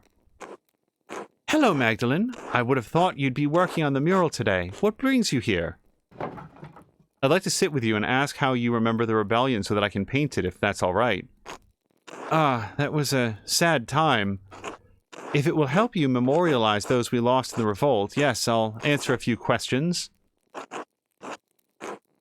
I don't mind. I was a little older than you, so I probably remember more, Magdalene. Of course, Magdalene. We'll tell you all you want to know. I've been looking forward to seeing the mural for months. Come now, sit with us. Oh god, do I have to do all four of these voices at the same time?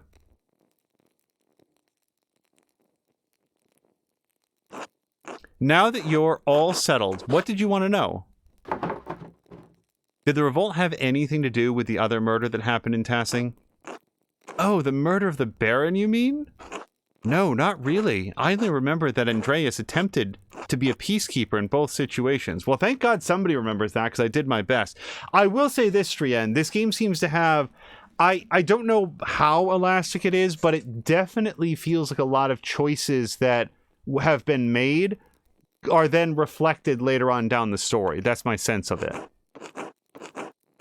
I suppose that's when things started going poorly. Yes, after Prior Ference was discovered as a witch, people weren't as willing to trust the abbey anymore. Then the abbot became more severe. He didn't like that the prior's death rattled his control of Tassing. I still think that the old prior cursed the town. That's when the crops started failing. I don't know about any of that, but his taxes and restrictions and his attitude towards us became harsher after that.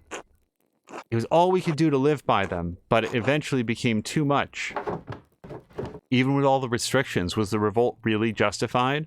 I keep hearing conflicting stories about how it began. Hey, and also, like, Drienne, Jody K, you guys are very well read. Marquack. Did I say hello to Marquack, by the way? I hope that I did. The ligatures, what do those represent? Is that simply a side effect of the printing press typefaces that were used? Or do they denote something about meaning or pronunciation? Because, like, C's and T's, S and T's, they tend to have those, and I don't actually know I's and T's. Actually, now that I think about it, it's mostly with the T's, but not all of the T's. Like, the T and H in the doesn't get it, for example.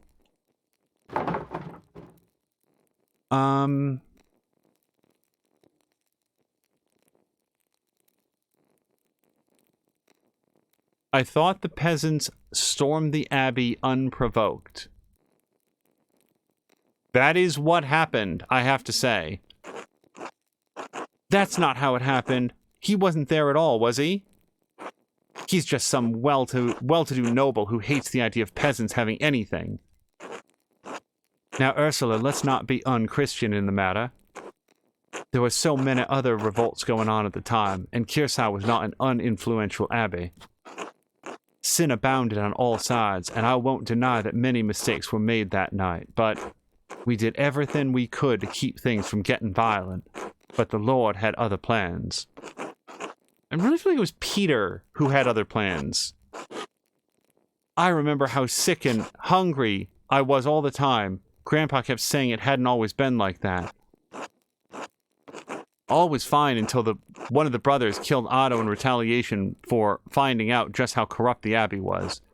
Well, my husband wouldn't let that rest. We all wanted justice. When that soldier arrived and threatened us, the townsfolk pulled away, except for you and Ulrich, Gret.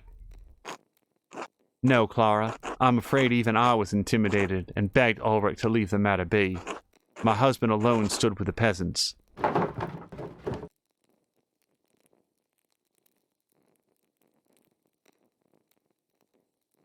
Drienne is saying it was a speed of transcription thing originally, the ligatures.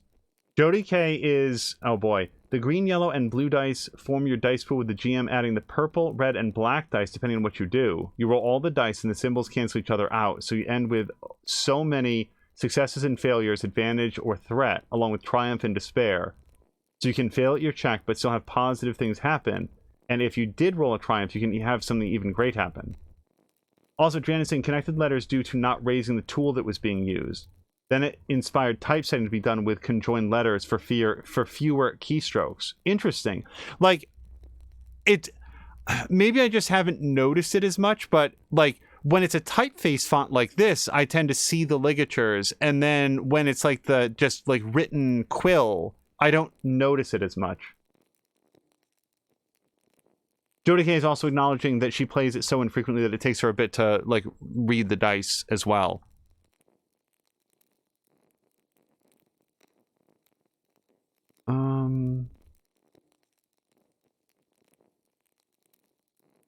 I don't think that the revolt could have succeeded, but I do think it's an interesting question. I still think so.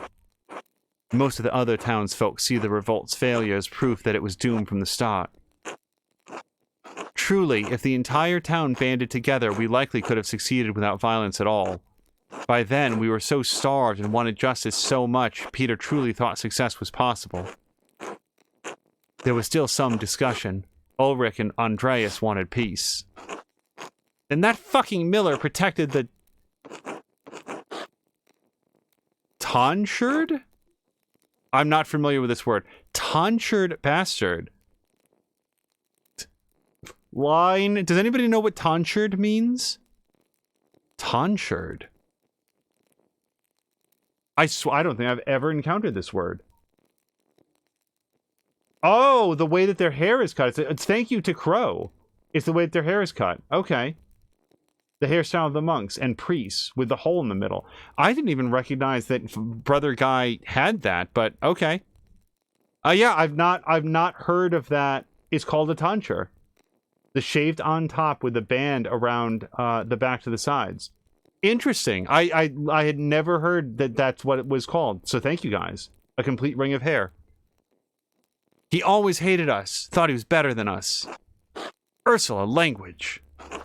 What, Mom? It's true. Lenhart even shot Ulrich out of nowhere. Well, we were going to burn his entire mill to the ground. It was unprovoked. It wasn't, but... Yes, Lenhart always did hate the rest of the townsfolk, and he would take advantage of anyone he could. My husband sought peace to the last. He was a martyr to us.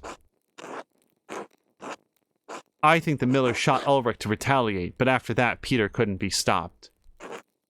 We'd lost too much.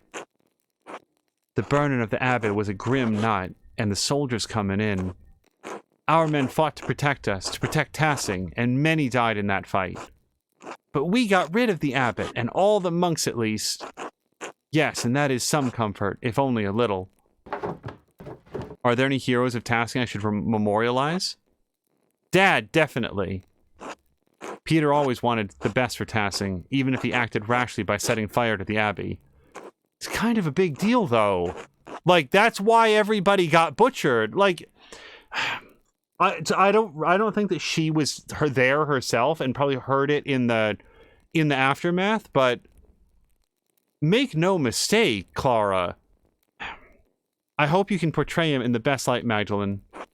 I'd rather not talk about that night anymore. I hope we provided enough insight for your work.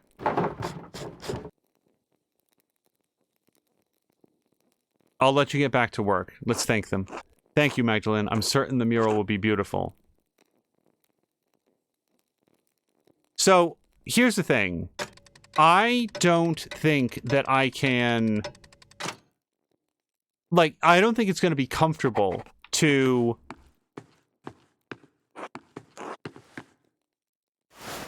paint Peter as a villain. But in my view, I mean, I was there, and assuming that Magdalene talks to other people that were there, and they're like, yeah, Peter did it.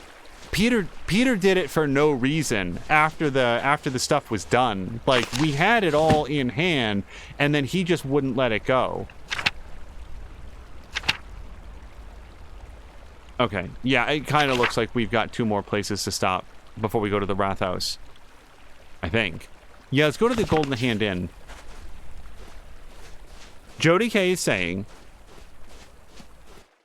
in the Transformers Genesis system that I played this weekend, I shot at Nemesis Prime and failed, but rolled a triumph, so I knocked the object out of his hand that he was about to install in this huge device, stopping his plan, enabling the rest of my team to destroy the object, and we saved the world. That must have been very rousing.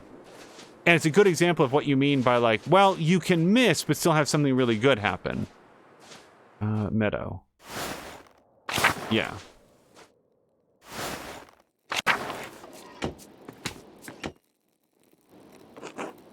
Well, if it isn't Magdalene.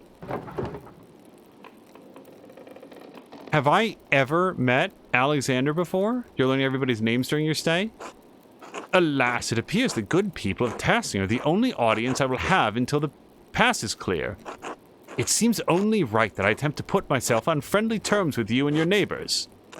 I apologize for not introducing myself sooner. I am Alexander. This is my partner, Kazimierz. We are musicians by trade, travelers by necessity. The weather trapped us on our way back to Würzburg, I think that's right, Würzburg, for a Christmas celebration. I'd hoped to win the Meistersinger competition there, but alas, we are trapped here until the pass is clear. Meistersinger is apparently a real thing. Members of the Guild for Lyric Poets, Composers and Singers of Unaccompanied Art Songs. Meistersingers, and that's just like German for master singer, right? Like, I don't speak any languages, but like that one. Perform in regular competitions often held at a Rathaus or church. How are you finding tassing? Everyone has been quite kind and no one has thrown anything at me for my music. Some of them have thrown things at me for my hat, but that's a different story. Considering the circumstances, I'm counting that as a success. I have to admit I was quite upset that I missed my opportunity to king at the Meistersinger competition. Writing that down. Oh, he doesn't talk. Except when he does. He practiced so much for it. Wait, what am I being shown then? Yes, it's hard not to view the last year as a waste.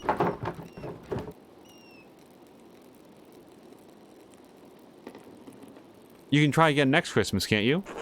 Of course. Though the older I get, the less comfort I take in the possibilities of the future. Missed opportunities sting more with each passing year. Well, you have an audience here, the people of Tassing. On, perform for them I will. I love performing for people wherever I go. When I sing for people, I want to move them. I want to see it on their faces. It's only in that moment that I can connect with them. That's the only truth I know. Meistersinger judges will rate me as they will, but that's not why I want to perform for them. I want to move the masters the way they moved me. Does that make sense? I like the top one. Yeah, I think so. I think so. My dad is my teacher, and his approval means a lot to me. I think we all want the approval of those who came before us. And someday, someone will look to me for approval. Hard to imagine. I'm sorry, I'm just feeling a bit melancholy, I suppose. Cheer up, Christmas is here. Of course! In our darkest hours, the birth of our Savior reminds us that dawn will follow. Perhaps the Christmas feast will lift my spirits. Will I see you there? Absolutely. Almost everyone in town should be there. Then I look forward to it. Until then. So wait, this guy, when he held up his note, was that him writing?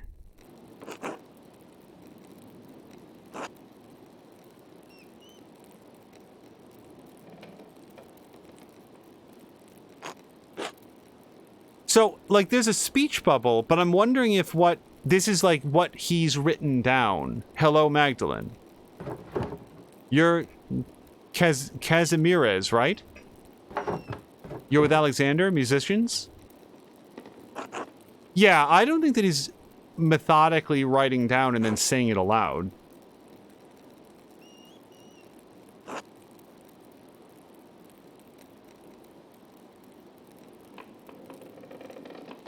Yes, I play shawm and lute, he sings.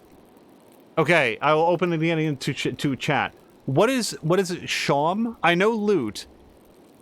Is shawm like another stringed instrument? And Crow is saying definitely mute. Yeah.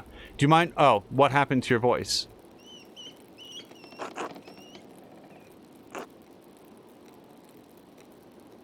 And I don't know, like, the only reason that I thought that on the first pass, maybe he would rather not. I won't take up any more of your time. So I got distracted there for, like, does he have any capacity to, like, erase the things that he writes? Because, like, today you'd use a pencil, but he's probably using some sort of, like, a quill or something with ink, and I'm just wondering, like, does he just have to, like... I'm wondering about the mechanics of it, and maybe I'm not meant to. What are you two doing in Tassing? It's possible this guy, like, doesn't like this, but it's equally possible in my mind that he's glad for somebody who wants to communicate with him and is willing to, wait, ask Alexander, sorry. Okay, yeah. All right, I won't take up any more of your time.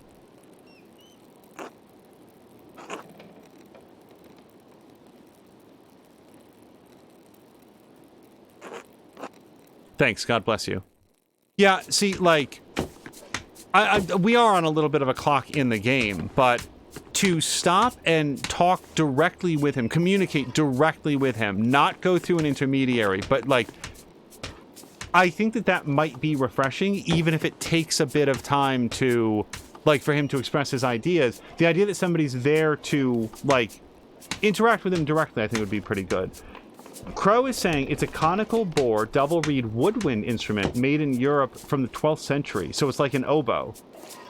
That's a good description, because although, like, I would hesitate to accurately, like, identify an oboe compared to other similar reed-based instruments, but I believe I know what it's like. Sort of like a larger clarinet is what's in my mind. Hello, Magdalene. Hello, Hans.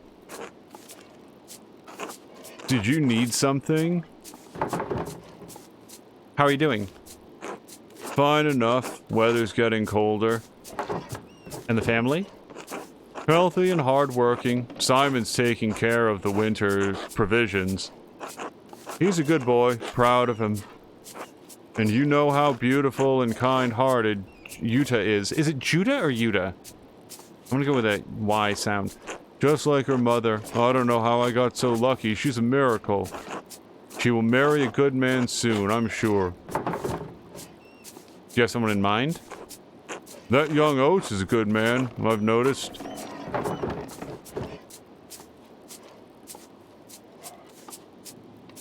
Sure, he's solid enough. Takes after his father. All the same, when Yuta has children one day, they'll be beautiful and kind, just like their mother. There are worse things to be, I guess. I did my best to raise her right, but her best qualities are all heelwig. Give yourself a little credit. Kind of you to say, Magdalene. I should get back to it. Until later. Until then. Jody K is saying that in the game that she played, there were comic book 80s heroes. Mr. T, Eddie Murphy, and then something that scrolled slightly off the screen. Hold on, because I am curious for this story. Michael Jackson and Arnold Schwarzenegger, Cyndi Lauper, and Madonna. Since it was the 80s, we were going after a Russian facility and found PBS star Bob Ross, who had recruited Mr. Rogers with Daniel Tiger, Jim Henson, and the Muppets, LeVar Burton, Bob Vila, and Julia Childs to fight against capitalism. Wow. I have to say, I don't know how, like, where all of them would have fallen on that particular topic, but I was glad that they were able to come together for be united in their cause. Hello, Woslav. I have an odd question for you. Yeah, I really do. Why did talking about you make that nun not want to come out of the convent? Oh? When I was exploring the Abbey for the mural background, I stumbled upon some stray cats. Were there a lot of cats there during your time? Yes, as a matter of fact, there were. There were always cats around the Abbey, but one summer they started begging for food. Persistent little creatures. Brother Lucas swears he never fed them, but I have my doubts. Well, they seem to have made the Abbey their home now. Good for them. At least someone's making use of that old structure. Thank you for telling me, Magdalene. Be well, Woslav. God bless you and your father, Magdalene. Is that it, by the way? Okay, sometimes... Okay, so here's Yuta. Hello, Magdalene. How's the weather? We've been preparing for the feast in here all day. Fresh and brisk, perfect for a walk. You're better you than me. I'll stay in here where I can keep my fingers warm. You'd better keep your fingers out of my dough, Master Bauer. I didn't do anything. You snuck your little fingers into my cookie dough 3 times today. Do it again and I'll wrap your knuckles with the back of my spoon. Hey, don't anger Mistress Matilda, Simon. Yes, sir. Sorry, Mistress Matilda. We need enough dough to make cookies for the entire town. You can't be eating it all. Anyway, what did you come in here for, Magdalene? You know, Hans, we just spoke. I came over here to talk to Yuta. I was hoping you could tell me what you remember of the revolt. I was still too young to remember much of it. No one ever seems to talk about it, and Mistress Matilda and Master Woslav, you two are the only ones left who used to live in the Abbey. We're the only ones who stayed anyway. Matilda and I had been friendly enough with the people in town. We put it behind us in time. You can imagine the other brothers had little reason to remain. Old Adok made it out. Really? Well, did he? Okay, good for him. I think Father Gernot paid for him to go back to an abbey in Cornwall. I'm not sure what happened to the others. All gone in any case. But the whole thing is a sensitive subject, Magdalene. Why are you asking? I want to honor everyone who fought in the revolt. I want to portray the and event truthfully in the mural, so I'm trying to hear everybody's account of events. Yes, that's what we're going to do.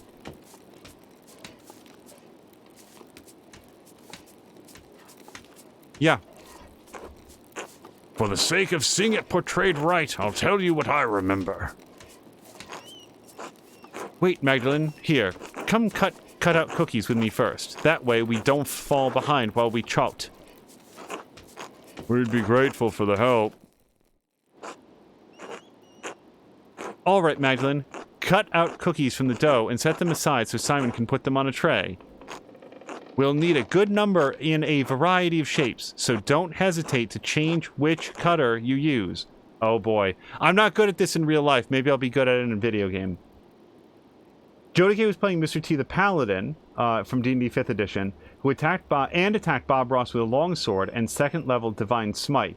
I used my Pity the Fool card, which allowed me to face 3 dice, so I forced a nat 20 and face 2 of my 8d8s into 8, killing him in 1 hit. Eric's Big Bang Evil Guy speech as Bob Ross about why he's joining communism against capitalism was epic. Jim Henson was a druid summoning creatures, Kermit D. Frog, Miss Piggy, and Fozzie Bear, and then wild-shaped into Big Bird. This sounds like a very inventive game. Especially, like, it sounds like a wonderful one-shot for sure.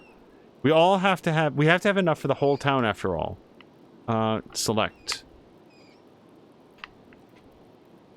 Select what? This is me clicking the sticks, like, no, I can't. Okay.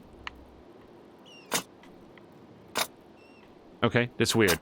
Can I rotate them at all? Well, okay, let's start up here. I'm assuming that we can't, like, go up above that. So let's do here. Cut. Okay.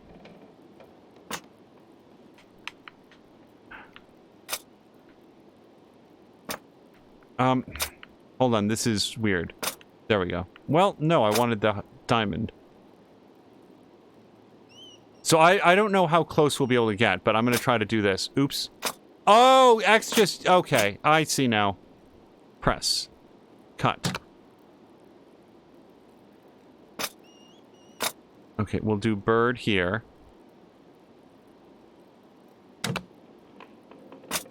And heart. I feel like heart lines up pretty well against bird wing.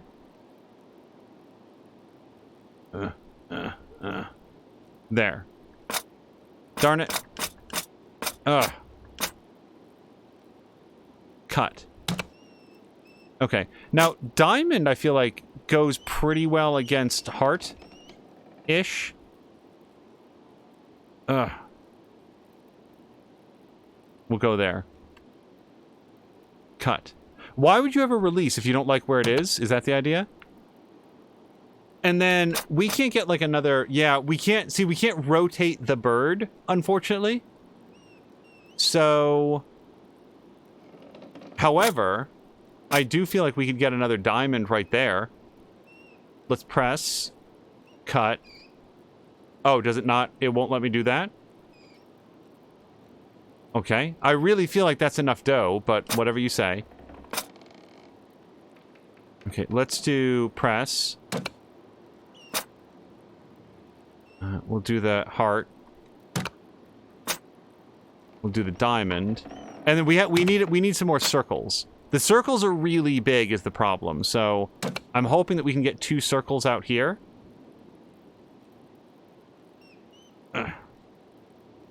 Okay, so why does it not want me to take any, like, cookies from this area? Okay. Alright, well, whatever. We got it done. Jodie saying A, press L to rotate. Hold on.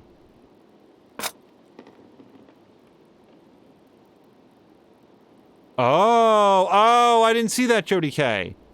So, hold on. Release, because now we can sort of get up here, right? Press. Yeah, that's way better. Now we can get more cookies. Okay. This seems like a lot of... I did not see that. Okay, now... We'd probably get like a good circle out there. I feel like I'm missing a lot over here, though. Oh, you know what would be go good here? Oops. The heart, because we can get the heart, like... Release. We can't really, though. How about, this? Okay, so we've got, what, 4 birds, 3 hearts, 4 diamonds, and only... Wow, we only got 2 circles. We really need to get more circles.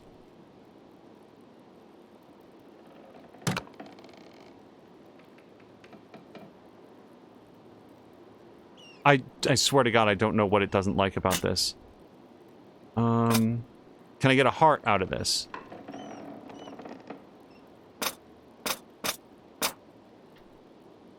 Can I get a heart out of this? It really doesn't seem to like the right side of the cookie sheet. Okay, we got that out. So, but we have, what, 3 circles now? So I think we're going to try to crank some of these out.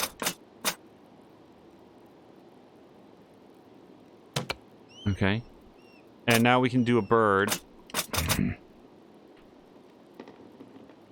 We'll get the bird in here. Release. Cut. Let's do another circle in here. So what do we have? We have, what, 5 birds, 4 hearts, 4 diamonds, I think.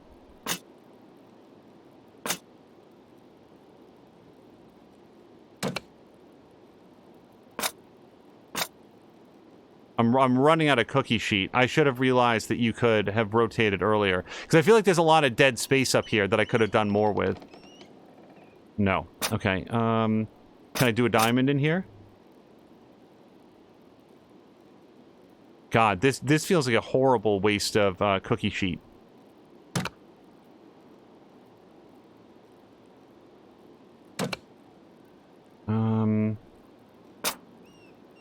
I don't feel like I can do any more cookies. Sorry, circles, because they just... I can fit more of, like, birds and stuff. If my goal is, like, many cookies. Let's press. We'll slide this in here like this. No, even that... Yeah, that's...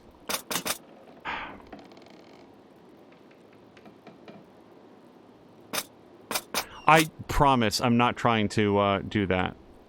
Okay, this is... Oof.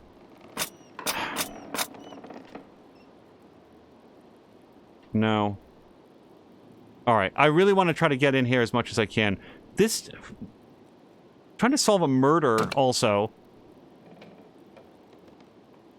Jody K says... Or, sorry, Crow is saying doesn't like 2 of the same row in the same. I'll be back later. Gonna go feed and fertilize the roses now that it's cool. Leaving a lurk.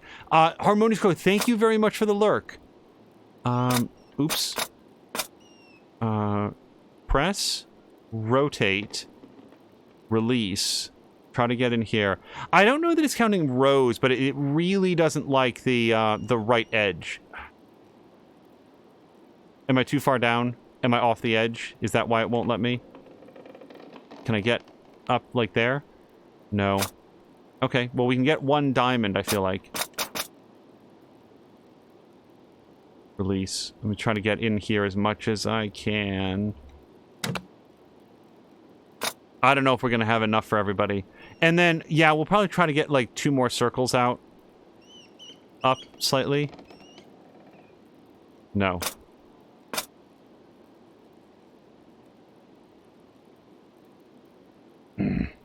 I wonder if this would be slightly easier with a mouse. Because the controller is a bit hypersensitive. No, I can't.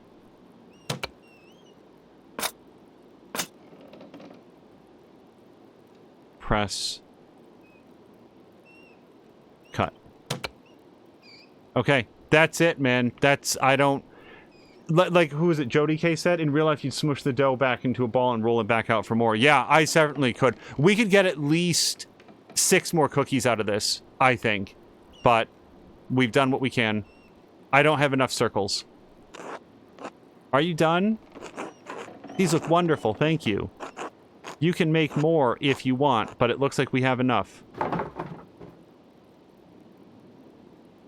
So I'm going to say that since she says that we have enough, I'm not going to do it. I am irrationally, like, desirous to go back and do more now that I know how to rotate them, but, oop, I swear to God I had intended to leave.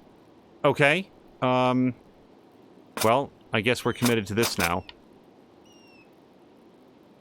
I misread the... I'm going to do this. Let me do it again. Okay, so this time, let's release...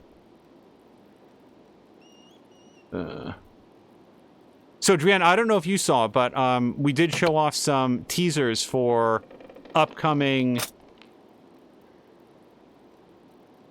Oh, let me do the circle in here, because I feel like we could get the circle right in there. Look at that. Look at that. That's perfect. And then, actually, we could do another bird facing the other way. Release. And slide that in there. But yeah, a couple teasers. I don't think that they're anywhere on the same level as the ones that you've put together for your Walking Dead playthroughs, but they were a lot of fun to work on. Trying to learn some new video editing software, and it's always fun to see what the tools allow you to do and to figure out what the different options are.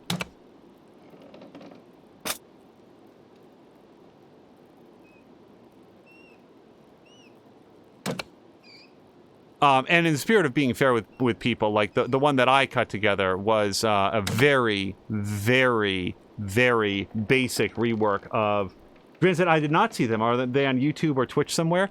I don't think they've been published, just sort of in other recent streams, but I can put them on a little bit later today if you are available. Look at that. Hold on, press.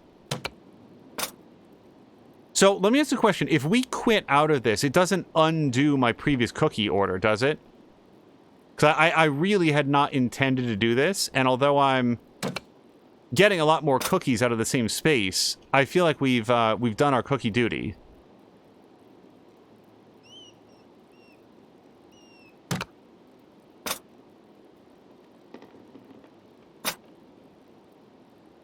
Like, how are you not supposed to do that right there? But yeah, if anybody hasn't seen them, like Drienne, I don't know if yours are put up anywhere, but Drienne did these fantastic, bespoke, custom,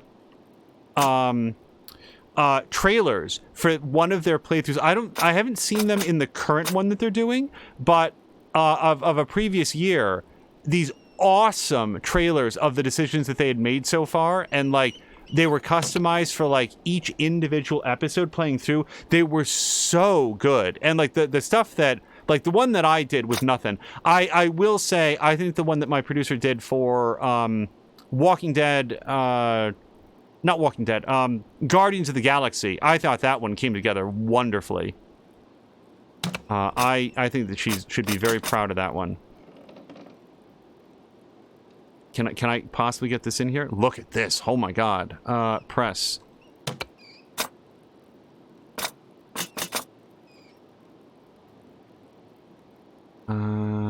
Release. I'm gonna slide this back here. So once again, I feel the need to have like a few circles in here.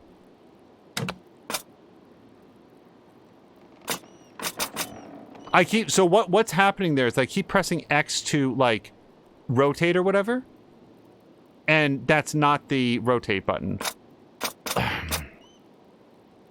Because it's X, you know what it is? It's X to stop rotating.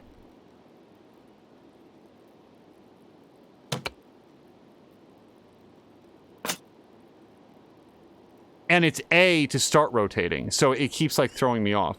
Release. I feel like we're losing all of this space if we do this though.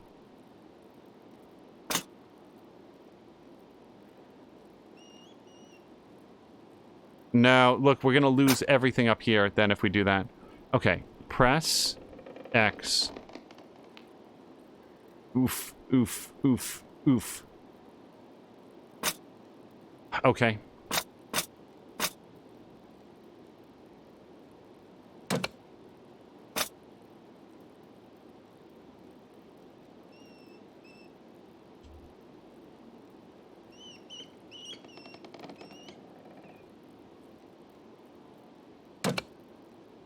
Okay, I'm gonna vote that I close this. Like, I feel like I've made my point.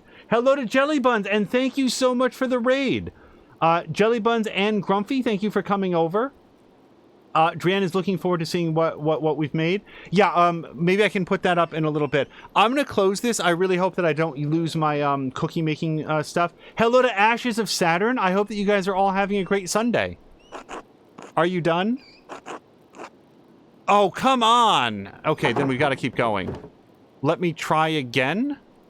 Oh my god. Ugh. Okay, I really thought... I can't believe that I hit it. I can't believe that we were like, we did it and we got it. Okay. Let's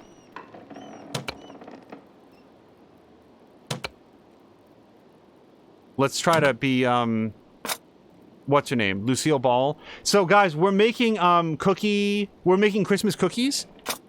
Jelly Buns, Drienne, could you do a shout out for Jelly Buns?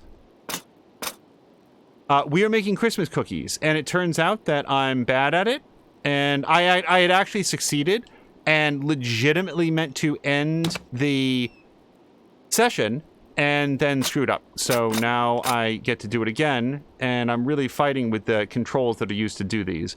So we've got 4 circles. Now we're going to do 2 birds.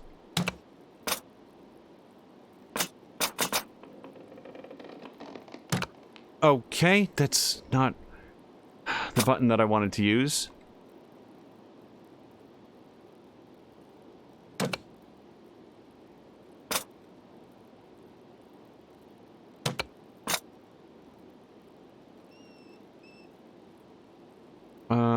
Release. Yeah, I just want to move it down slightly.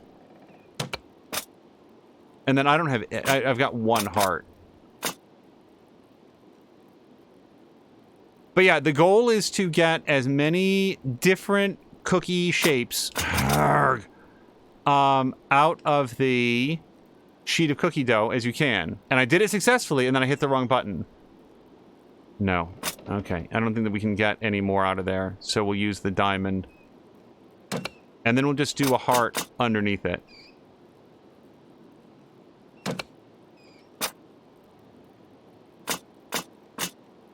I kind of feel like we want to have more hearts.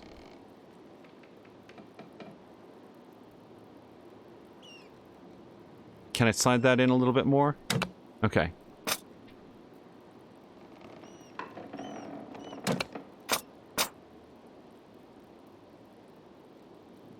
Release. I wonder what the world record for cookies in this is. Ashes Santa says, oh, and Jelly Buns just made cookies today. You were probably more successful at it than I was. Because Jelly Buns, among other things, when you were making the cookies, it's unlikely that you clicked the wrong button and then had to start from scratch. And we learned just as you guys were coming over, you are not allowed to, like, if you made a mistake, it's like, no, the game's like, tough nuts, you gotta go do it again. This is not going to allow me to do it, is it? I think... Yeah, let's try to get in here if we can. No? Okay. Release. Go. Let's select, but do it like this.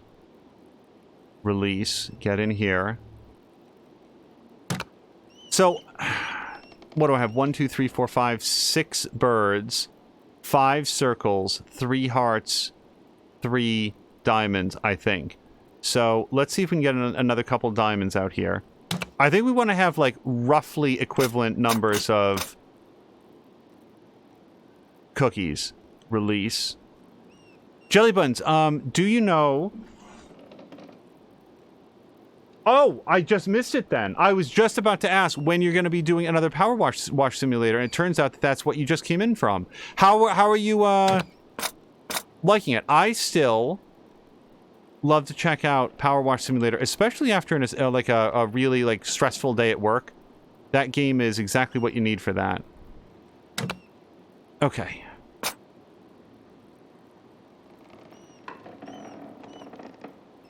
Yeah, that one's going to be a little bit close. There we go. And I feel like with, like, a little bit of luck, we can get the bird's beak in here.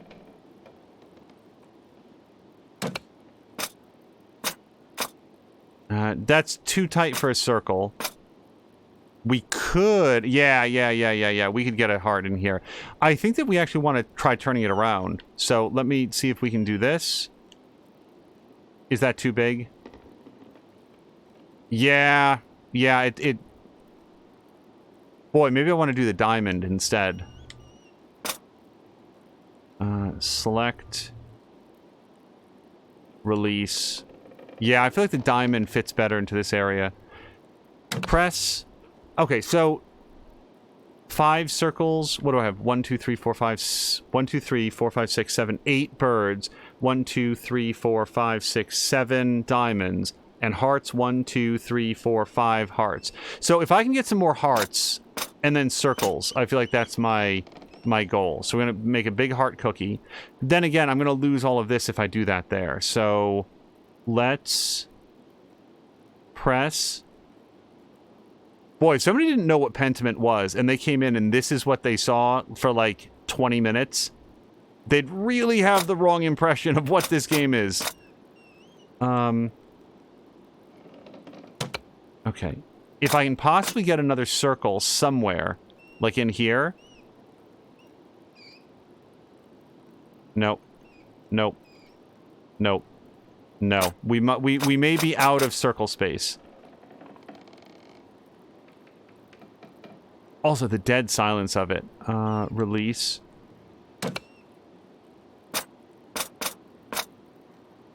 Yeah, we might be down to just birds at this point, because I don't think that we've got a lot of space for anything else. Let's just see. Yeah, we're not going to get any, press. Release. Any of the other shapes out of this, I don't think. Okay, that's it. That's what I've got. Please be enough. B. Are you done? These look wonderful. Thank you.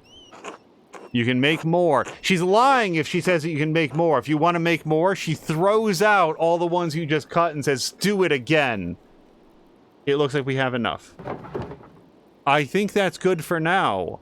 I'm double checking is the one that I'm choosing. Thanks for helping, Magdalene. Jody K... Sorry, Jelly Buns is saying...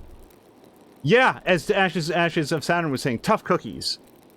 I like it. It's a good game for basically chatting with people with some extra things to do. I love watching your streams, by the way, Jelly Buns, because you're like, I like the very precise lines that you cut. I started with like an hour or so of karaoke stream. Interesting. And then we moved on to Power Wash, which was perfect because I tired myself out in the first half. Samalander, hello to Samalander, who says, I step away for 5 seconds and there's 2 angels. Well, Samalander, thank you for coming over with the raid as well. We'd better keep going if we're going to have everything ready by the procession tonight. So, what can we tell you, Mags?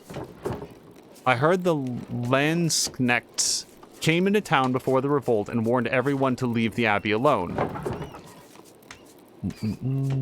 Could things have been talked out, or was it too late by then? Why didn't anybody listen? They were trained by soldiers and they killed... They were trained soldiers. Did the abbot really think threatening you would work?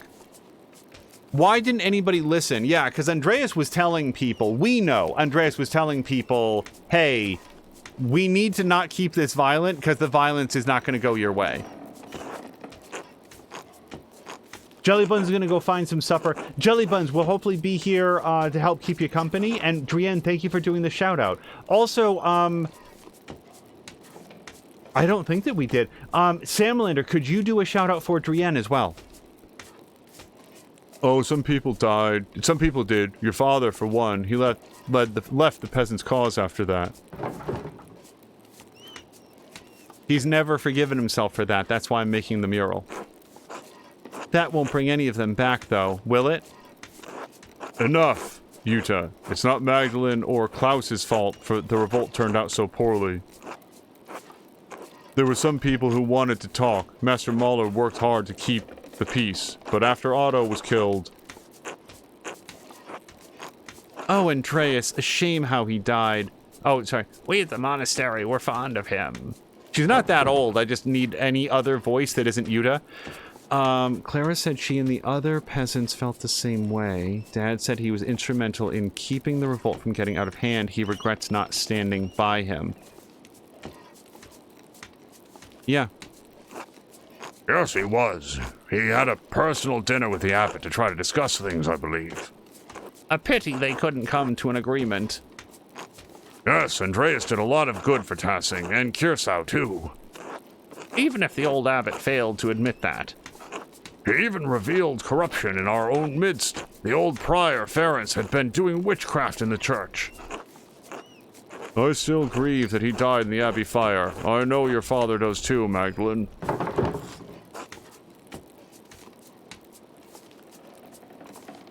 No, it's not that nobody should have opposed the Abbey at all. It's just they shouldn't have burned it down once they found out what was really going on. I also don't think that it would have been better to leave the matter alone. Wasn't the revolt in general justified? I'm gonna say this. Here's the trouble. Burning down... The peasants being upset about the way that they were treated was justified, because the way they were being treated was unfair. The issue was it wasn't being done out of bland cruelty. It was because of what Brother Guy was doing. He was stealing the money. So I'm going to go with general justified. Yes, I think so. We couldn't even collect in the forest without a fee. Dad kept saying we couldn't live with higher and higher taxes. The night Otto died, the abbot was trying to excommunicate everyone for celebrating St. John's Eve. Well, I mean, he was running around in the woods by himself. A lot of people thought the abbot killed him in revenge. Turns out it was Brother Guy. He was embezzling funds from the Abbey. Still, after Otto and Ulrich, that was too much. We burned the mill with both bastards inside. The abbot promised to help if Andreas found the person who killed Otto. All we wanted was to talk. Yeah, well, Peter's the one who didn't want to. You mean no one was supposed to burn the Abbey down? Why would anyone want that? We sought justice, not murder. It was too much for Peter. Lenhart was one thing. He just killed Ulrich. But to burn the Abbey... But when the Lensknechts saw the fire, they thought they had another revolt on their hands. Even Father Gernot couldn't stop them. We all fled. Brother Florian saved as many as he could, but... Peter was wrong to burn the Abbey, but what the soldiers did, that was awful. Dad died protecting me, stabbed in the chest. I don't even remember what he was wearing, but I remember how dark the blood was when we found him. Almost black and sticky, like treacle. Or maybe ink, actually. That's me saying that.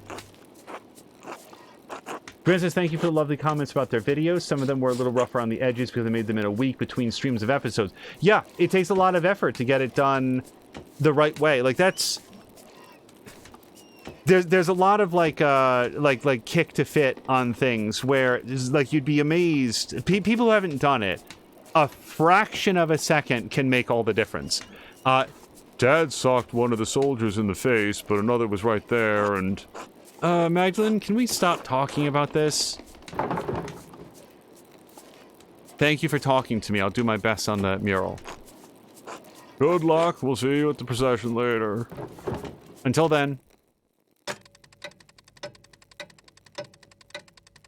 Fox McCloud says, if I want to eat shrooms and run around the forest, that's my business. Which is what some of them were doing. Okay, so we did our best to give cookies to everybody. And we did it twice. We talked with, bards. Good afternoon. Hey, what up, Killian? Why can't we get a, oh, because he calls us Mags. Hey, Mag, sorry I can't talk for long right now. Magdalene. Oh, of course, Magdalene. I didn't mean to be impolite. Well, you've more courtesy than Oates and Apollo put together. Thanks, I guess. So what are you doing? Oh, you know, setting up for the Christmas feast. I do my best, but it's not easy with Mom and Dad shouting at each other a lot.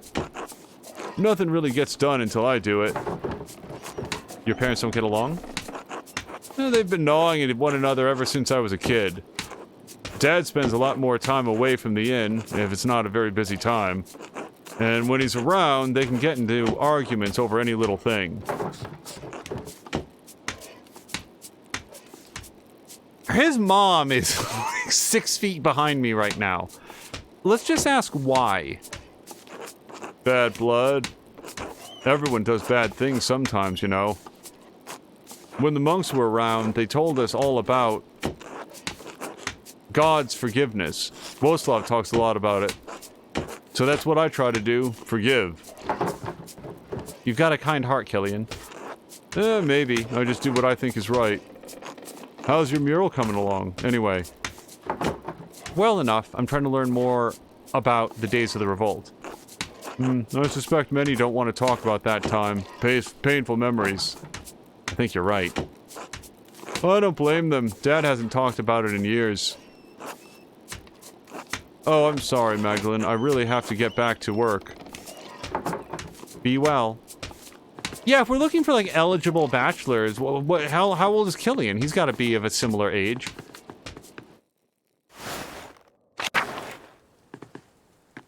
Okay, and I believe that is a save point. Yeah, 5 seconds ago. So, this, I think, is going to be a good place to call it, because although I suspect that we are very close to the Christmas feast, I don't know if there's an Act 4, and it feels like there's some revelations yet to be made. Were I to guess, like, we don't know the identity of the person. There's a ghost lurking around who I think is possibly Andreas or slightly more likely Caspar, just based on the quality of the art. We have the unveiling, the additional work on the mural, followed by the actual unveiling of the mural to see what it all looks like. So I feel like we've got enough time for at least one full stream. Jody K saying, I just got here. Jelly Buns is saying, how did you manage to make that guy sound like Hank Hill without the accent? That's very kind, because Hank Hill is voiced by, oh no, this is hugely embarrassing. The creator of Beavis and Butthead. I cannot remember his name. I have no Hank Hill. But Sam Lander's saying thank you for that. What the hell's his name? Anyway, Mike Judge, thank you more than a Mia. And welcome to Mia. But we are on our way out. So this week is going to be interesting as it unfolds. I'm not sure if our next episode and possibly the finale of Pentiment will be... It might be tomorrow, because, like... the next thing that we're going to start up would be something brand new, a brand new audition stream, and I am legitimately not sure what that audition stream is going to be. So our next stream might be of Anno 1800, it might be of Pentiment, it might be in a couple days because we're into a new work week, and honestly, who knows what that's going to be like, but we are going to find somebody fun to raid for now, and hopefully see you for some sort of stream tomorrow, leading into Mia's next watch party for the all-new episode of Kyber shards. That was an interesting way to place to fall out. So let's go find somebody fun to raid. And until next time, you guys, thank you so much. And I hope you have a great night.